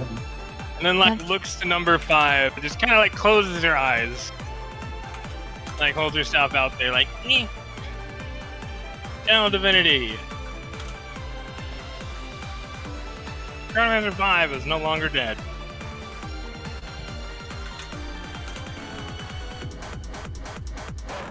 And let's see, what are you at? Coin number 5 is no longer dead. Okay. For the purposes of the fated death. Okay. Yep, he is at 25%. So, Coin number 5 is brought up unconscious. Yeah, no, he's been revived. Suffice to say, he looks very confused. Interesting. Go on, roll conclusion at advantage. Austria, you have no idea what's going on. Huh? Because that's Julia? very counterintuitive. Julia? Julia looks really guilty. Yeah, they still need to be brought back up. But I think that's what's going on.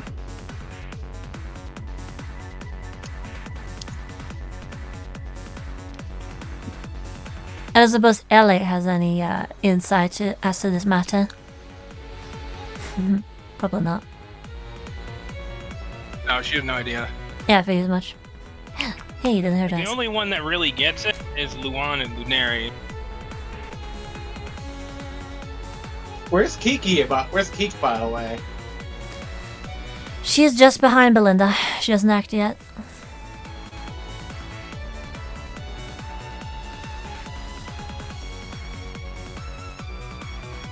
So, what does... Yeah, okay, you typing privately to them? Huh? I was just wondering, you didn't say exactly... No, I'll be right back for something survey. Okay. Alrighty. So is Julia reviving this guy? Yes, but Julia revived that guy. And, she just went like, Julia? Who's still technically paralyzed. And yes, he is, and Julia looks guilty, and Luan and Lunari rolled conclusion on that one, I think. Oh, Well, this one's pretty easy. Based on how she looked at Malt and looked really uncertain, you're pretty sure Malt asked her to revive that one so she could kill it. Yeah. I figured as much. I was making sure.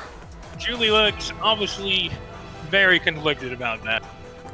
Because Luan, as far as you're aware, Julia's never killed anybody before. Yep. That would be fun. That makes it Malt's turn. So she's effectively getting this guy killed again. Mm-hmm. Kiki! My Oh yeah, Kiki, sir. Kiki acts... Okay, can make this big. I forgot to give her her thing. Kiki Trumlai again. It's gonna be several Kiki Trumlai, yeah. So Kiki Trumlai. No man, there's not. Should be in there somewhere. Ally, let's do 100%.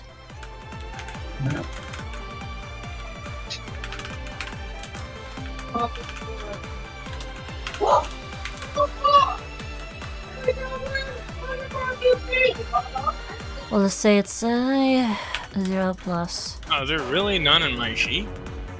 Apparently no.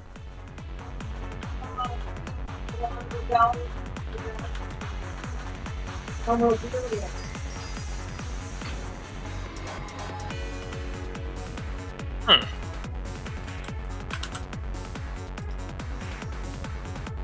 How the... Oh, well, whatever. I'll talk about it later. Kiki! DC.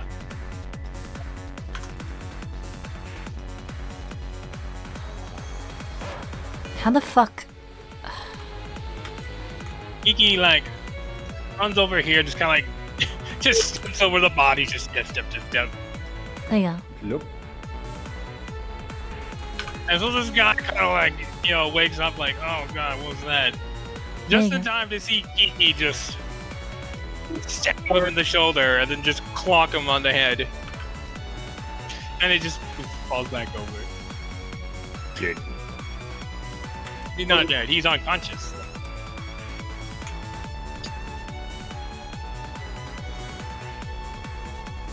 Who was that? That was 5 again? 5. Okay. That was a very short-lived consciousness.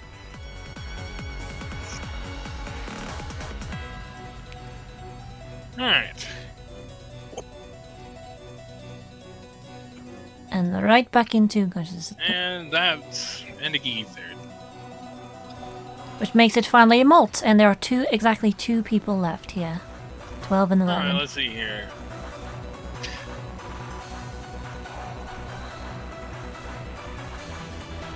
Yeah, I think this might be over. I think this might be over. She's no longer limited to one attack. So Maul, very quickly, aims her gun at 8, shoots and just blasts his head off. Goes to the next guy at 5, shoots and blasts his head off. And once her first gun runs out of ammo, she just drops it, and another golden light appears in front of her. She grabs that, another gun, and then shoots with that some more.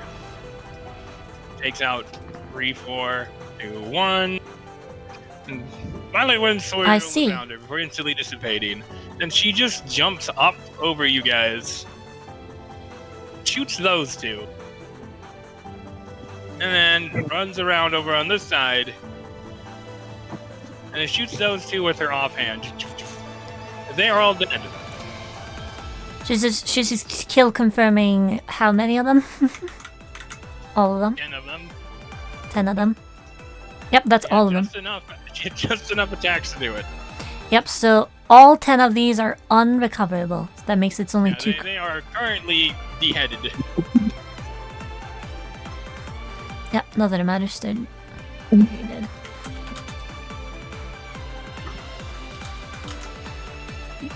Decent, that's terrifying. So yeah, there's kind of like it's a puddle of gore right there, right now, in this area. It's essentially splattered all over the place too. So she just all of you have like just guts and brains on you. Because, yeah, that was messy. Ashi just bites her lip with a bit and closes her eyes. Kind of look. And sighs. Double not opinion on you doing that. Yeah, you were wondering why everyone was being knocked out. You're like, oh, so we're just gonna, incapacitate everybody. Yeah, about that. About that. Well, Gomo just laughs as he watches this.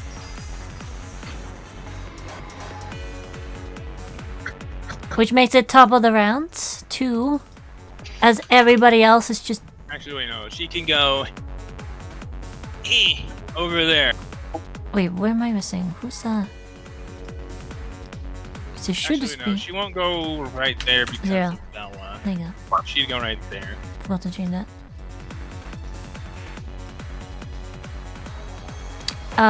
Who changed the color?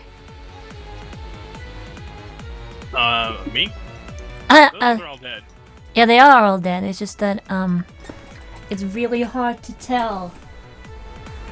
Well, depends on the angle, I guess. It's harder to tell. Well, these guys are going to trigger a whole bunch of attacks of opportunity because they're going after Malt still. Yep. Let's see. That's going to be Belinda, Siri. Literally everybody. Everybody has a reach to hit these two. Including Ashi? Well, except for Ashi. She's like the only one in Lunari. But everybody else in this like circle here, we're all gonna get attacked as these two. Alright, so Citrus gets, but not Lunari, got it. Alright. So That once they end their turn, Ashi can make a reaction Alright, strike. so Perhaps. first attack of opportunity would be, Yeah. let's see here, Gomo, Kiki, Ruby, Lasso Dep, Onsekmet, Citri, and Belinda. I will be impressed if this guy makes it through with this gauntlet. Is there any advantage levels with this? No. Okay. I fortunately didn't have. I didn't enter. I almost did something impressive. I almost wrote it somewhere where there's plasma bond thing. So now.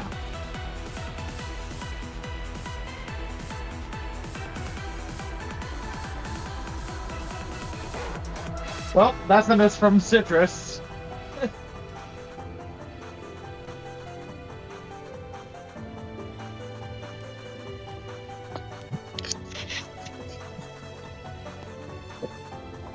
Unfortunate. Belinda takes a quick poke at this guy as he runs by, gets aside, and scrapes it a bit. Now, I believe this is number 12. Yep. Wait, no, 11. Yeah. How are you doing? See, after the first poke from Belinda, that's 84. 84%? Yep. Citri takes his swing at her. Just kind of misses this one as it just kind of worms by. Alright, let's see. Onsekmet. Freaking ouch. Ouch, pain train coming their way. There's a whirlwind. She's got Valor. She's just gonna auto-crit this.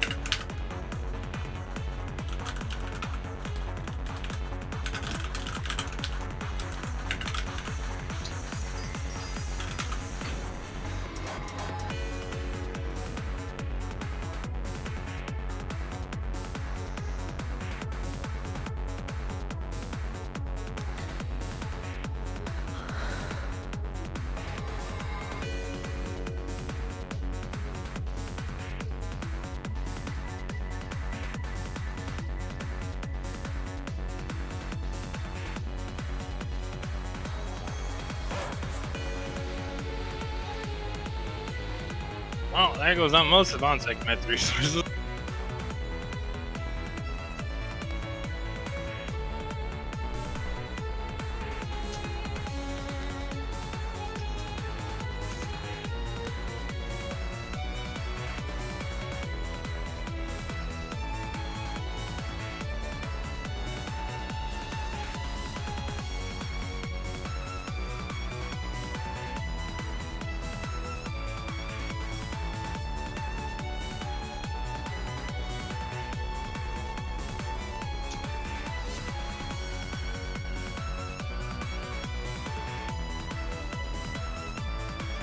I think at this point, LH is backed up against the pillar, wide-eyed, like trying to process what exactly happened. A lot of people just died in like 3 seconds.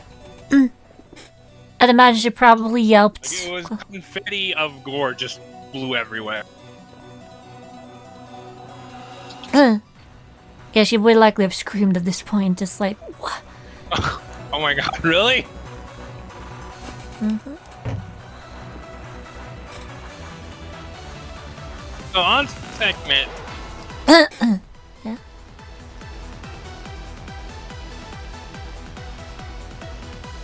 so she like leaps up again with puts all of her weight into just a big slash and just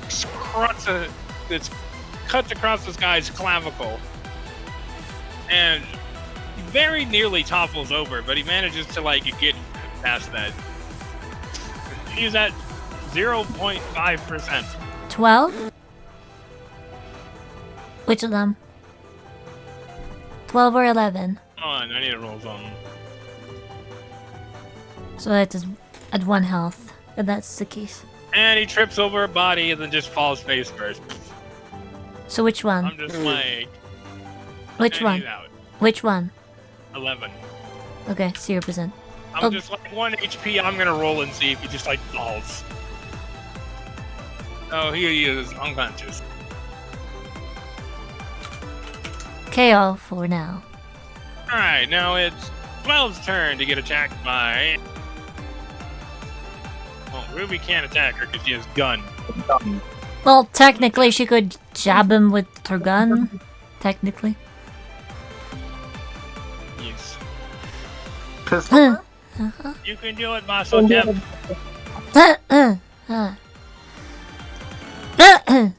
See, technically they would be around... Both would be around here, probably. Boop. Except this guy. Red, not that guy. He would just be boop.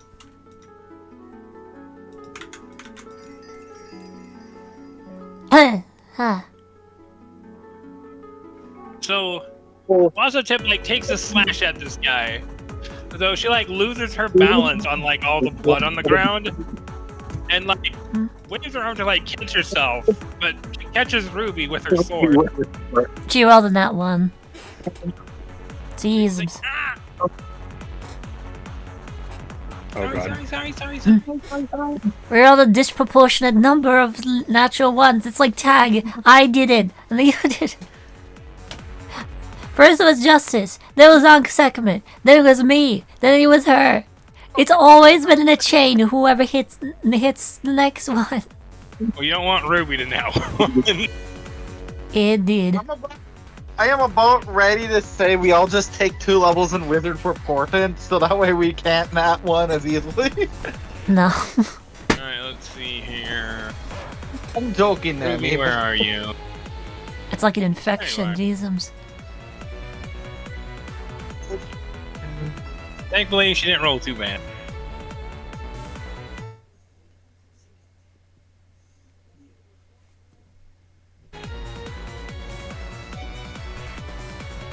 So 12 actually does make it over to Malt, then, presumably.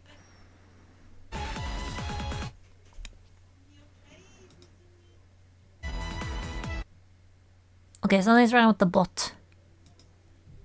Is it just me, or is it... Can you... My internet. I think my internet died. Yeah, that would be it. Okay, that was good. Oh, I think it's fine. Alright, so... Can you hit Mog?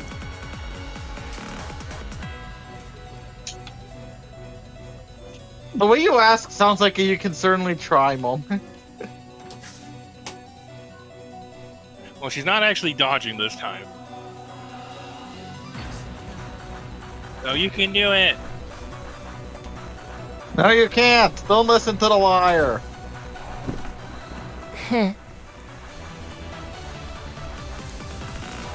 So what transpires?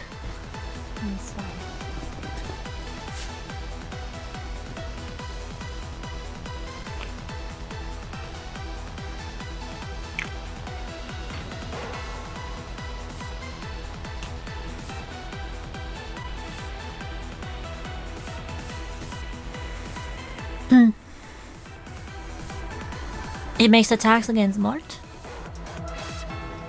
Yep. So, Right. person takes a swing at Malt with their long sword because he had a different weapon, but he grabbed one from the ground from someone else.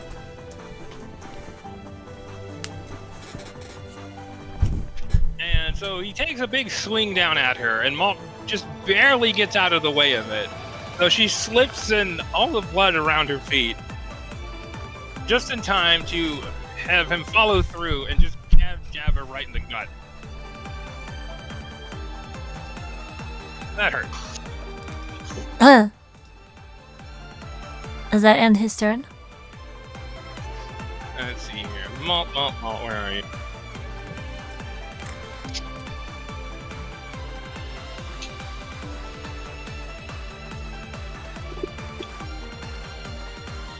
Because all the AC in the world won't save you from a natural 20.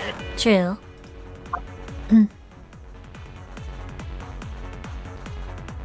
Nope. You need to have a feature to prevent There that. we go. Bloop. Mort takes some damage for that one. Take damages. And she loses a thing. Interesting. Oh, she loses threatened? No. Well, that's a given, I think, but...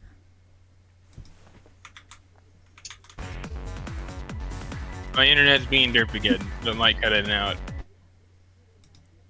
Indeed.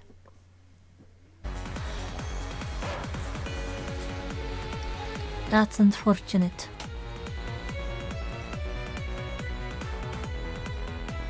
I think I am back. Yes, you are. So what happened? Sounds like it, yeah. I don't know, my internet just cuts in and out sometimes. Let's see here. So then it is Belinda's turn. Well, actually, because of that reactionary strike, I get my reaction back just to help things along a little bit. So just grits her teeth, opens her eyes, like, and then jumps all the way over here. Ah! Why don't you stay the hells down? I'm gonna make an attack at him. Do I have advantage? Do I have advantage on this one? Not at all. No. Okay. Well, nevertheless, And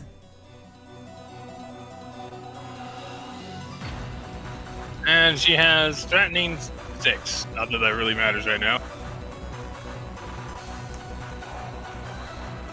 I'll just hold on to the valor. And I'm spending, let's see, what I need. Double check my features. Because I should have the means to do this, and I really want to do it.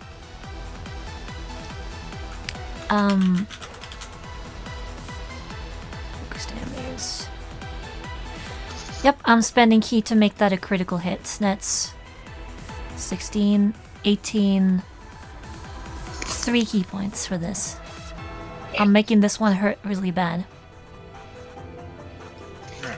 10 flare points, that's a critical hit. Spend a point of valor to max the damage dice I'm about to use.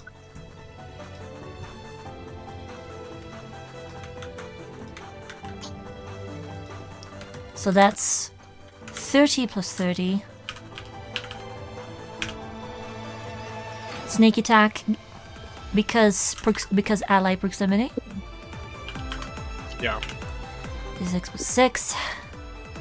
So we're throwing in a defensive bleed here.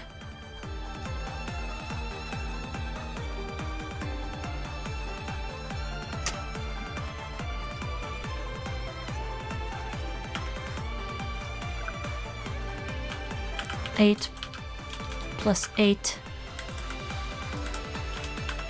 And we're throwing in some more offensive harm. Let's see. Yep, I have plenty to spare. This is a 14 here. Flare points. So it's 48.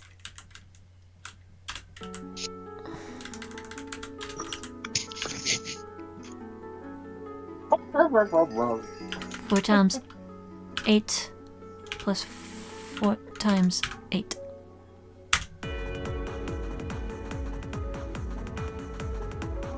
Or 152 damage.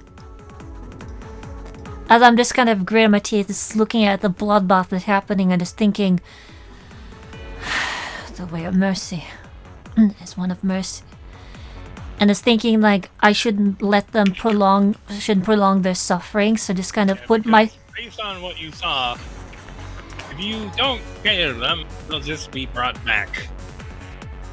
So I'm just gonna put everything I've got behind this swing so that they'll go down as quickly as possible so they won't feel any more pain.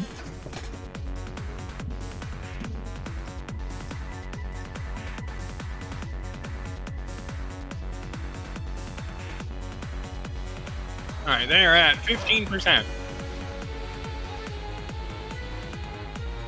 From 84%? 15. Okay. Alright, so that wasn't quite enough. This one was tankier than the last one. Okay. But that's... They all have their own stats. Yep, that makes sense. Oh, they should just share a hit pool. Get in. Okay, so one heals, everyone heals by 50%. So my... These are all instant named attack- inconceived. Yep. Jesus. See, that's technically max dice. So 1, 2, 3, 4, 5, 6, 7. I technically get the player points.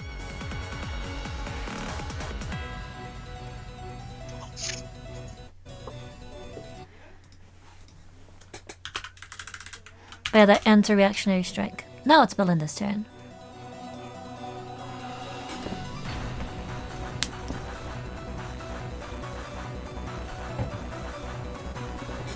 Thunder quickly swings around over here. You know, around the puddle of gore. I'd imagine it's an Pokes this uppercut. guy real quick with 2 pokes. And then he kind of clumped over.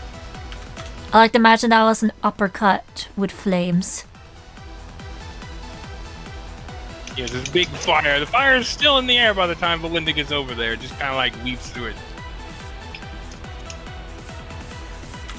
Ashi and And Belinda with that, the last one is KO'd. combination attack. Nice. As everything does sound, Ashi just goes, But the Malt just kind of shoots this guy. And then kind of Mary wigs over here. And kills that guy. All of them. Malt like looks around at just the carnage. There's like essentially blood in like 15 feet in all directions. It's pretty bad. so Ashi just looks over all of this with a grimace before turning to Malt. Yeah, Malt is just covered in blood, like blood smoothie. So, Malt, was it? Do you want to explain what in the hell's just happened? Well, Ellie's just quivering in the corner because she's never seen this degree of death before. Yeah, a lot of people here are perturbed. That was messy. Malt just kind of like looks over towards Gummo. I apologize for the mess. He kind of looks at her, just like he's got like a giant shit-eating grin. If I wasn't so fucking impressed, I'd be pissed at this mess. Now clean the shit up. We'll talk in a few. He just like walks off that way. Starts pressing the mess away. Yeah, Luan's also doing Presty. So you're just like shh, shh, shh, like little one like foot squares. Ellie's just on the ground, the birds die out, and she's just holding the side of her head. It's kind of like... This is how PTSD happens. Indeed. Oh, yeah. Don't worry. I'm sure we have plenty of liquor for this. Because that's a healthy coping mechanism, right, kids? If fear and hunger have told me anything, alcohol and opium solves all problems. Oh, yeah. Just ask the Chinese. I mean, what? So yeah, Drake just kind of like brings his hands to his shoulders, kind of like looks around and is like, damn. Although, Malt, can you walk still? Until he put it back on. Alright, stay close. Don't fall into a corner of a pallet or something and lose your head. Julius kind of like slowly walks over there, and Yeah. Ruby just like consoles her. She's also gonna walk over to Julia. You okay, Julia? Julia? You know Yeah, what? she's not talking right now. Yeah, Eliwick and Julia might be kinda PTSD material. Well, in Julia's case, it's like she feels really bad. Well, yeah. Well, if it makes all of you feel better, they were given an out in beforehand. Indeed. Bella's pretty much just like clutching at her tongue right now. This was an unfortunate but a fated outcome. What do you mean by that? Who was that?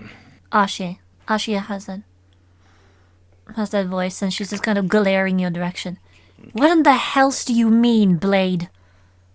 as Luon is just kind of one square by one square, just kind of one hand in pocket, another one just doing a snapping motion at the freaking bodies, wading through the fucking blood with just this kind of like. Yeah, you have like Onsekmet that's like, has like a really thin razor blade that's like scooping blood towards Bossotep, and she's like, just like cleaning it up. It's almost like a broom and dustpan. If the witches are still there, I'm gonna take a break from pressing it away and just point at the witches. Why don't sure they'd be able to say a lot more on that one, on that sort of matter. Exactly. We're mere mortals after all. Besides, Molt kind of gave the answer to that already. She gave them an option, an out. Outside of that, we did what we had to. Yeah, that Fiona nods. It is very unfortunate, but they made their decision.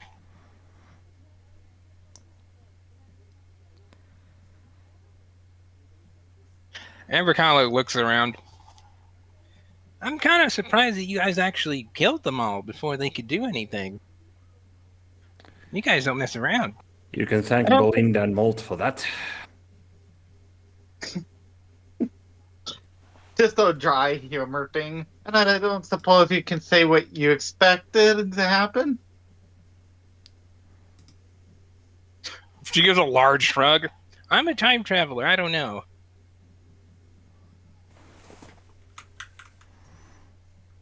Luon just kind of looks at Fiona and smiles. Fiona just gives a small grin. Just like a little faint one. Ashes is gritting her teeth and just looking away from all of this. Oriana just kind of sighs. It's very unfortunate to lose so many chronomancers, but they had a choice. And with that, she just poofs in like a little ball of light. Yeah. And just before she does it, Luon's like, wait. Or does she just poof? Yeah. So she almost poofs. She like glows, and then the blue aura around her fades. I wish to speak with you later. Once this has been settled.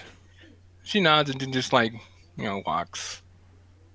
Ashi just mutters in a low voice, why does no one ever tell me anything? Well, I'm assuming I heard that. She breaks everything. Depends, you're all the way over there by Eliwick. Ashi just muttering to herself. I was just saying because of the food thing, because food senses, remember? Maybe. That. Yeah. Yep.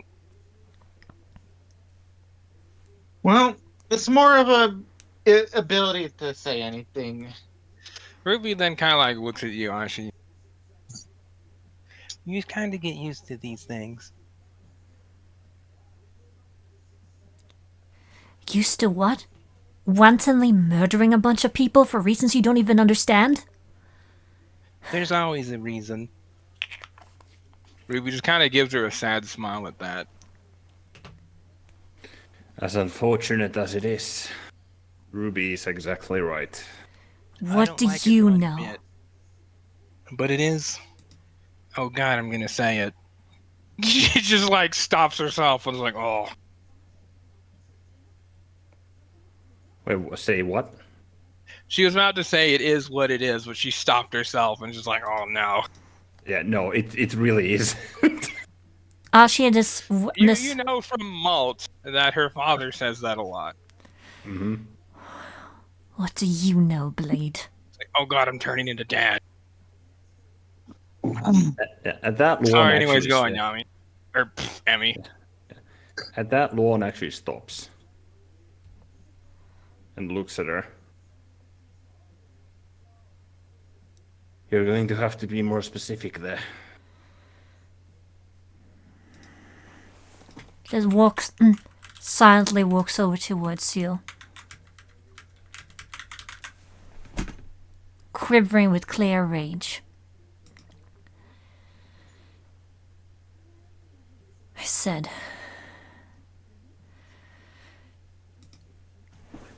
One second. In real life, amigos. No worries. Hey, Emmy. Yeah? Make a charisma save. Make a charisma save as she walks over there. Okay.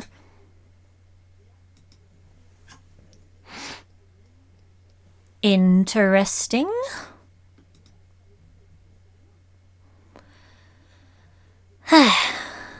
Well, that's a Go foregone. on. You see behind her, Kiki hold her hand out towards Ashi.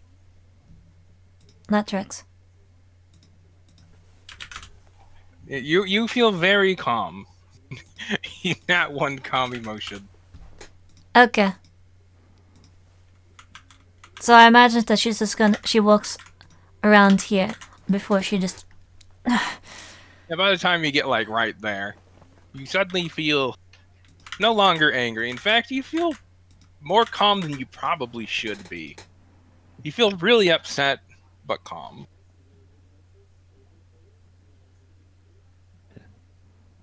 As the shifter's face just kind of mellows out, Lauren just turns and continues cleaning up the gore. She's just gonna glare at you silently. Looking in the direction towards the bodies. Malt kind of like walks over to Ashi. Perhaps I should explain.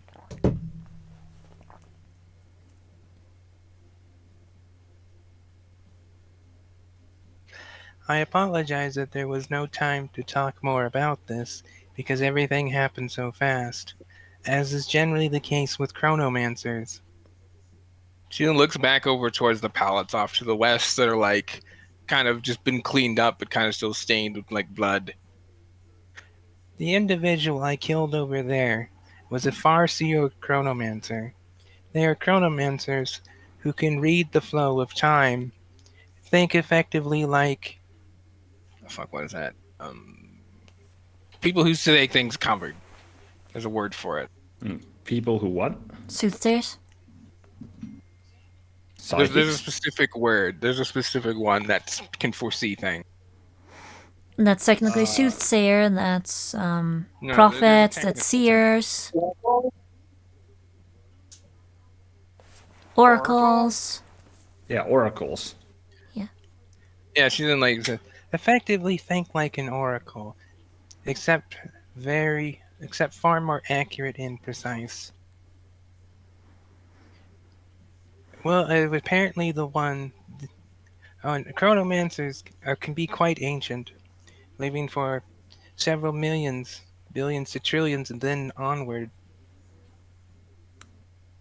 They effectively act as a mediator as these two do, or at least that was the job they were supposed to do, but since they're kind of bad at it, those two do it now.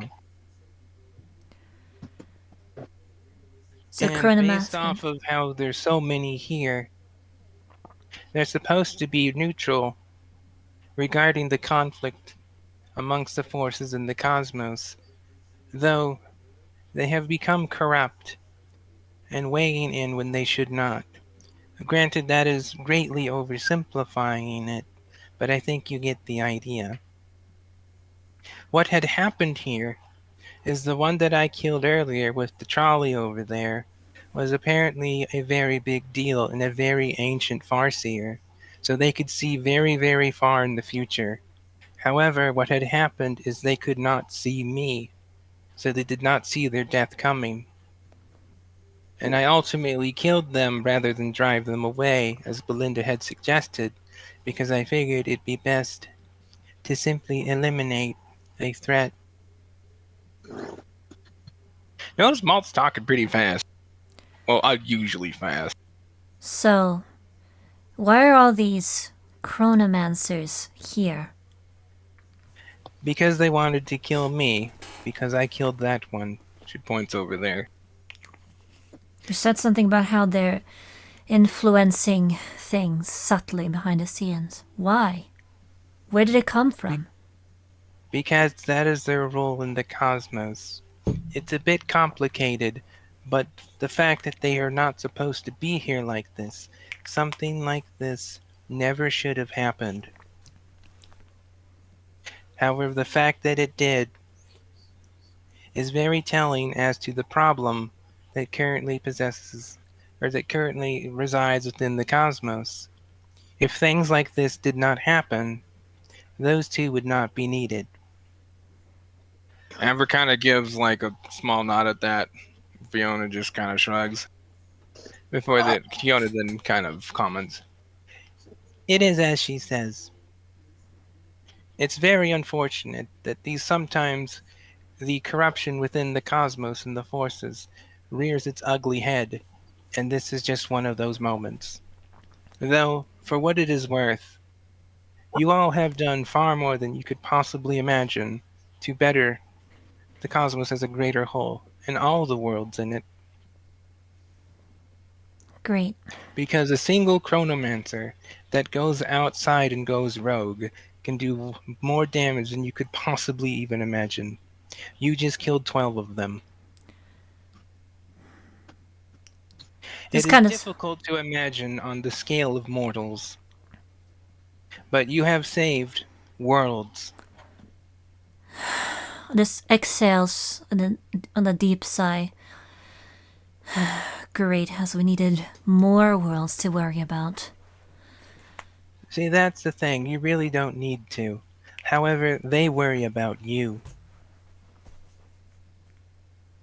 Though it is largely our job, and that of the other witches, to keep things in line so that things like this don't happen. However, we allowed this one to happen to resolve. She kind of like looks at all the bodies. Many issues at once.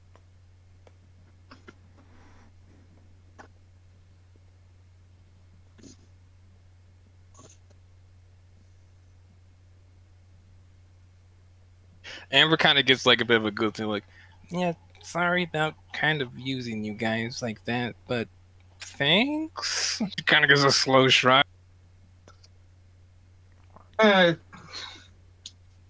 Ashi this turns towards Amber and remarks dryly.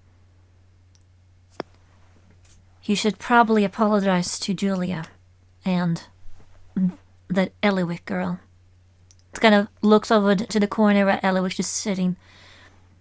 Doesn't seem like she's seen any battlefields like this before. Poor girl. Amber sighs.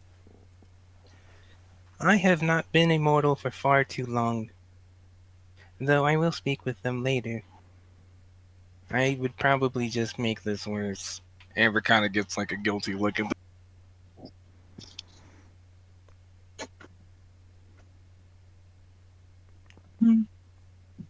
And that Fiona just kind of like looks at Ashi. We were mortals too once. Relative to your time perspective, not that long, but ours? Practically eons.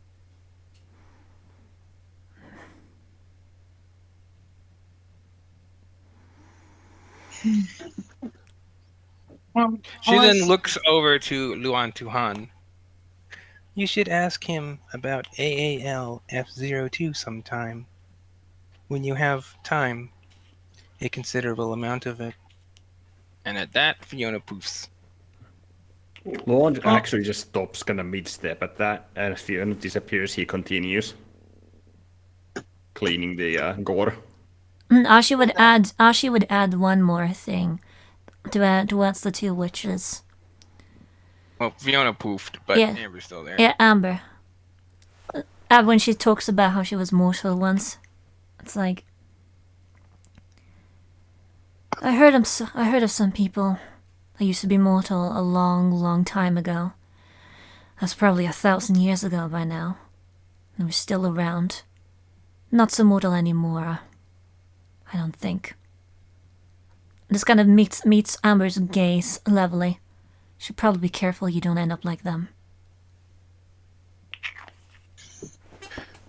She kind of gives a wry smile at that. Fiona and I exist so that others won't become like that. It's kind of our purpose. We would not be what we are if that was possible. Oh, apparently my phone. I want to roll picked up. insight on Amber. She kind of gives like a weak smile at that, or manages a small smile. As the Witch of Possibility, I can safely say that that is one possibility that will never happen. One will actually inside Ashi here. I'd like to roll insight against Amber. T20 Roll plus insight. Oh. 3 plus 2d8. And what are you trying to insight precisely? Ashi's state of mind and like thought. Tactical process assessment. right now. I'm getting tactical assessment here because that's an issue. And what are you trying to insight Oshi? I am trying to. Ashi wants to know whether she can truthfully believe her on this one because she doesn't know nearly anything about Amber. And her first interaction with Amber is that she was on the bad guy side. So she wants to get a feel for what kind of girl is Amber. She's more plain devil's advocate, but still, point Yeah. being. Well, Ashi knows that much, but that's literally all she knows. Precisely, that's it. Really? Really, Amber? Yeah. As far as you can tell, she's being perfectly genuine. Not that my phone's picking me up, though. She'll just nod. Though it's really hard to read her beyond that because you just don't know her. Jesus. I have never seen a worse roll in my life. Fucking hell. Well, here's how, if it helps it matters any. Bear. Before I do this debacle, I see it like a public hanging or execution. They set an example so others don't try what they just did. That is the most effective method of warning masses of their foolish Amber just decisions kind of like after all. walks over you. And you roll an... Yep. And you roll a... Sorry. And Luan rolled a 30 on Ashi. Yeah. Yeah. What your thought process now? What are you? What is your soul screaming? Haha. You can I don't glean know. that despite the unnatural calmness that she's currently experiencing, Ashi seems to have a lot of still upset feelings, frustrations, deep frustrations, sadness, and a fair degree of guilt as well. Okay. Amber, she like walks up to you. She says, "I would like to have a conversation with you once you're done with the mine stuff." Ashi just closes her eyes and nods. Reads out. Though, as Miss Merlinus over there said, everything happens for a reason. And we exist so that things that happen for the right reason.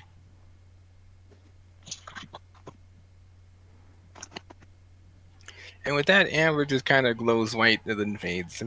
Before she does that, I'm gonna do the mental ask of the witch, the thing that Starlight suggested I ask about. Which one with what? Oh yeah, remember- Amber. Yeah. You kind of hear back. That is a long story. Perhaps Yeah. I'll speak with you then later too. Nods. Yeah, I Amber figured it. sounds tired. Just kind of like, bleh. Sounds like you could use some coffee, Amber. No, not like tired, like fatigue, as in just like mentally exhausted. Yeah. Okay. Something new. Ash just gonna calmly welcome back over here, briefly take a look at, just gonna pat Julie on the back. She looks like she's doing a little bit better after talking with Ruby for a bit. You okay, Julia? Just kind of just give her a slight Yeah, unnatural smile. yeah, I'm fine. It's just Yeah, she I know the just feeling. sighs. I know the feeling. But Words just don't seem to fit right now. no. Don't get excited, Dublin. I'm just going into the basement. I don't like it either. But at the very least, I don't think anyone could blame you. So after a good 30 minutes, You guys finally managed to clean this up. And now she is, after that, she's just gonna sit by Ellie. Because she sees the girl as being, very sick. She's not gonna say anything, just sit by her. The woman, rather. Belinda goes along and largely collects a bunch of their things. Just gonna borrow one of their trolley cart thingies from hauling the freight boxes and start piling the bodies onto them. Oh yeah, and also investigation check as well. Now roll investigation. I'll help with that. In fact, I'll roll for it, but right now I'm in the basement just keep working on getting my laundry into the washing machine. Are you helping or are you like rolling yourself? I'll probably roll myself because I can get a help action from Fu on that one. Alright, gotcha. And I have a cheater that can help me find stuff also. God damn it. Alright. That's a 17 on investigation. This Luan is not out on top of his game after all. Yeah, you'd be a little exhausted after that, mentally. Because, while it's not the bloodiest scene you've come across, it's pretty high up there. Yeah. Meanwhile, I'm okay. I'm not thrilled by all this, but, well, I fucking took on bandit camps and whatnot. Yeah, you can easily tell who's used to this and who is not. It's very stark contrast. Yeah. The monsters don't. I think I'm gonna have like a talk with Julia and Eloic, like if we get a chance later on as well. Kind of like a The monsters are the ones who revel in the slaughter and enjoy it. Mhm. Yeah, essentially you can tell that Julia, Eloic, Bella are essentially a bit shaken by this. Yeah. Understandable. Nefertonk actually is too a little bit. Naturally. Actually, roll inside. I wonder if Loon will ever think to speak to Ashi because.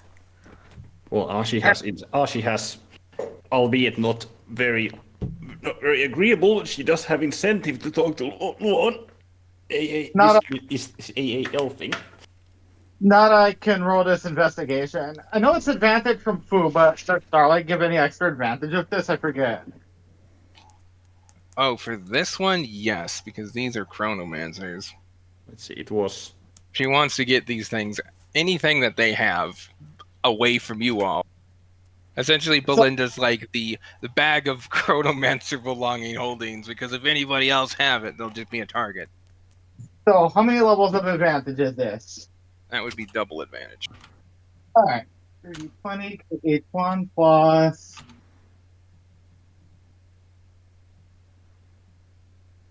Actually, and add 1d4. Yeah, also, Ashi would probably have called Bella over, just kind of sit by here. I'm also gonna throw in this stupid die just because of the circumstances with it. So 32. So yeah, you managed to like largely find everything that's there between like you, Malt, and Luan.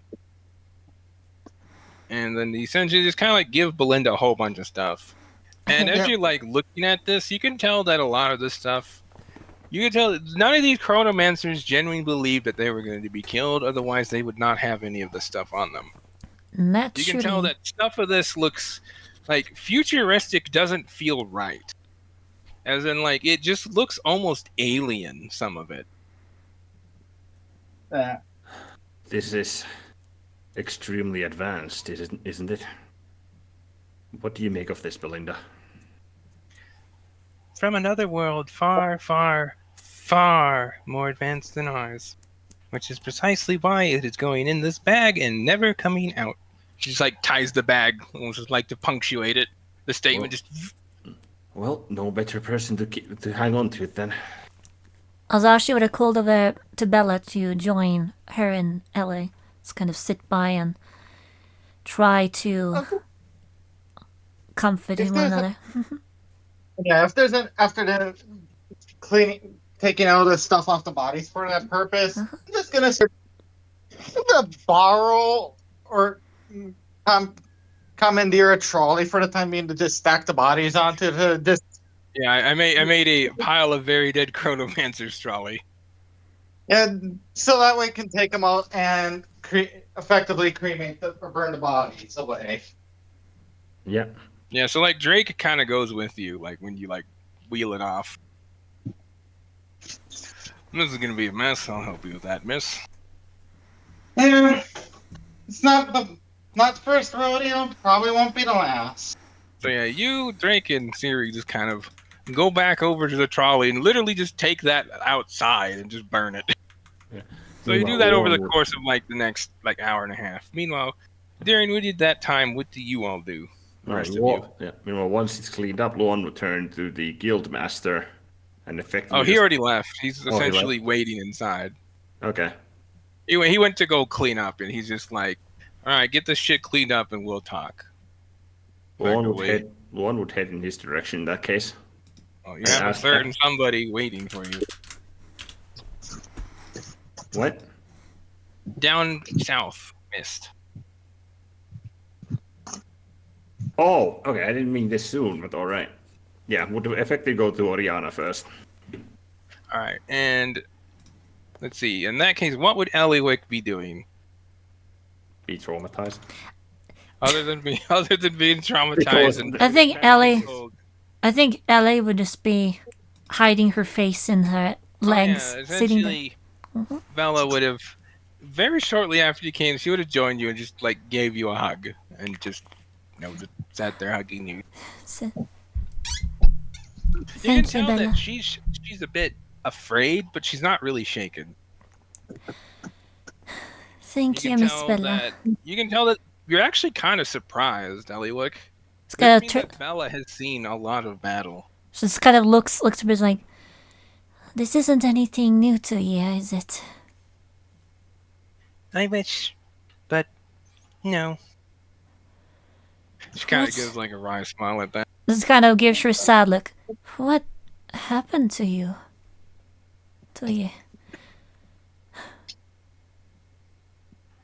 Bella her expression just kind of falters. We'll talk about that later. Right. I'm sorry. I'm not a fighter. I'm a seamstress. Is this what all the adventurer folk go through all the time? She just kind of looks over there. Generally, it is not this bad. In fact, it is almost never this bad.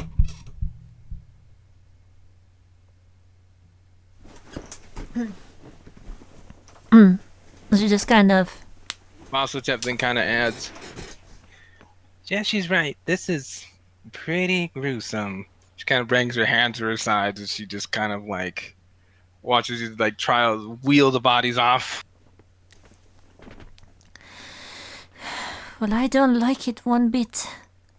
Ashes kind of places a hand on her shoulder a little bit. Yeah, I get that feeling. Masotep gestures a thumb behind her.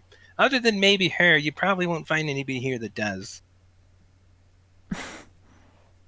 Justice is like, what is that supposed to mean? She like crosses her arm. For what it's worth, we always try to avoid this kind of violence. Normally, I guess this is just an off day for us, huh? Alright, and with that, that is where we will end this session. Well, and we'll pick up next time. The trial avoid thing right there though didn't make sense because we did give it out though, so we did try to avoid it still. They just didn't take it. And Malt gave them 3 tries. Well, even then... 3 opportunities. Yeah, well, even then, I don't believe in Kikros we've ever actually properly killed anyone. Well, Ashi hasn't. And it's mostly just been Vathos cutting down people. Well, that's a given. He's DPS times 2. Indeed. Yeah, we mostly just fought monsters and other crap like that. One last thing is that as Malt speaks, Ella just kind of looks at her very uncertainly. Like it's very clear that she is anxious about Malt right now. Essentially, after Malt cleans herself up, She kind of like walks over here, joins Bella, and just gives Eliwick a hug. So now she's getting hugged by To Malt and Bella. on the initial contact, Ellie does flinch a little bit, but after a kind of shuddering breath, she uneasily puts a hand around Malt's shoulder and around Bella as well, and they start sobbing. And I guess that's where we end it. Yeah. I'll pick up from there next time. The bit of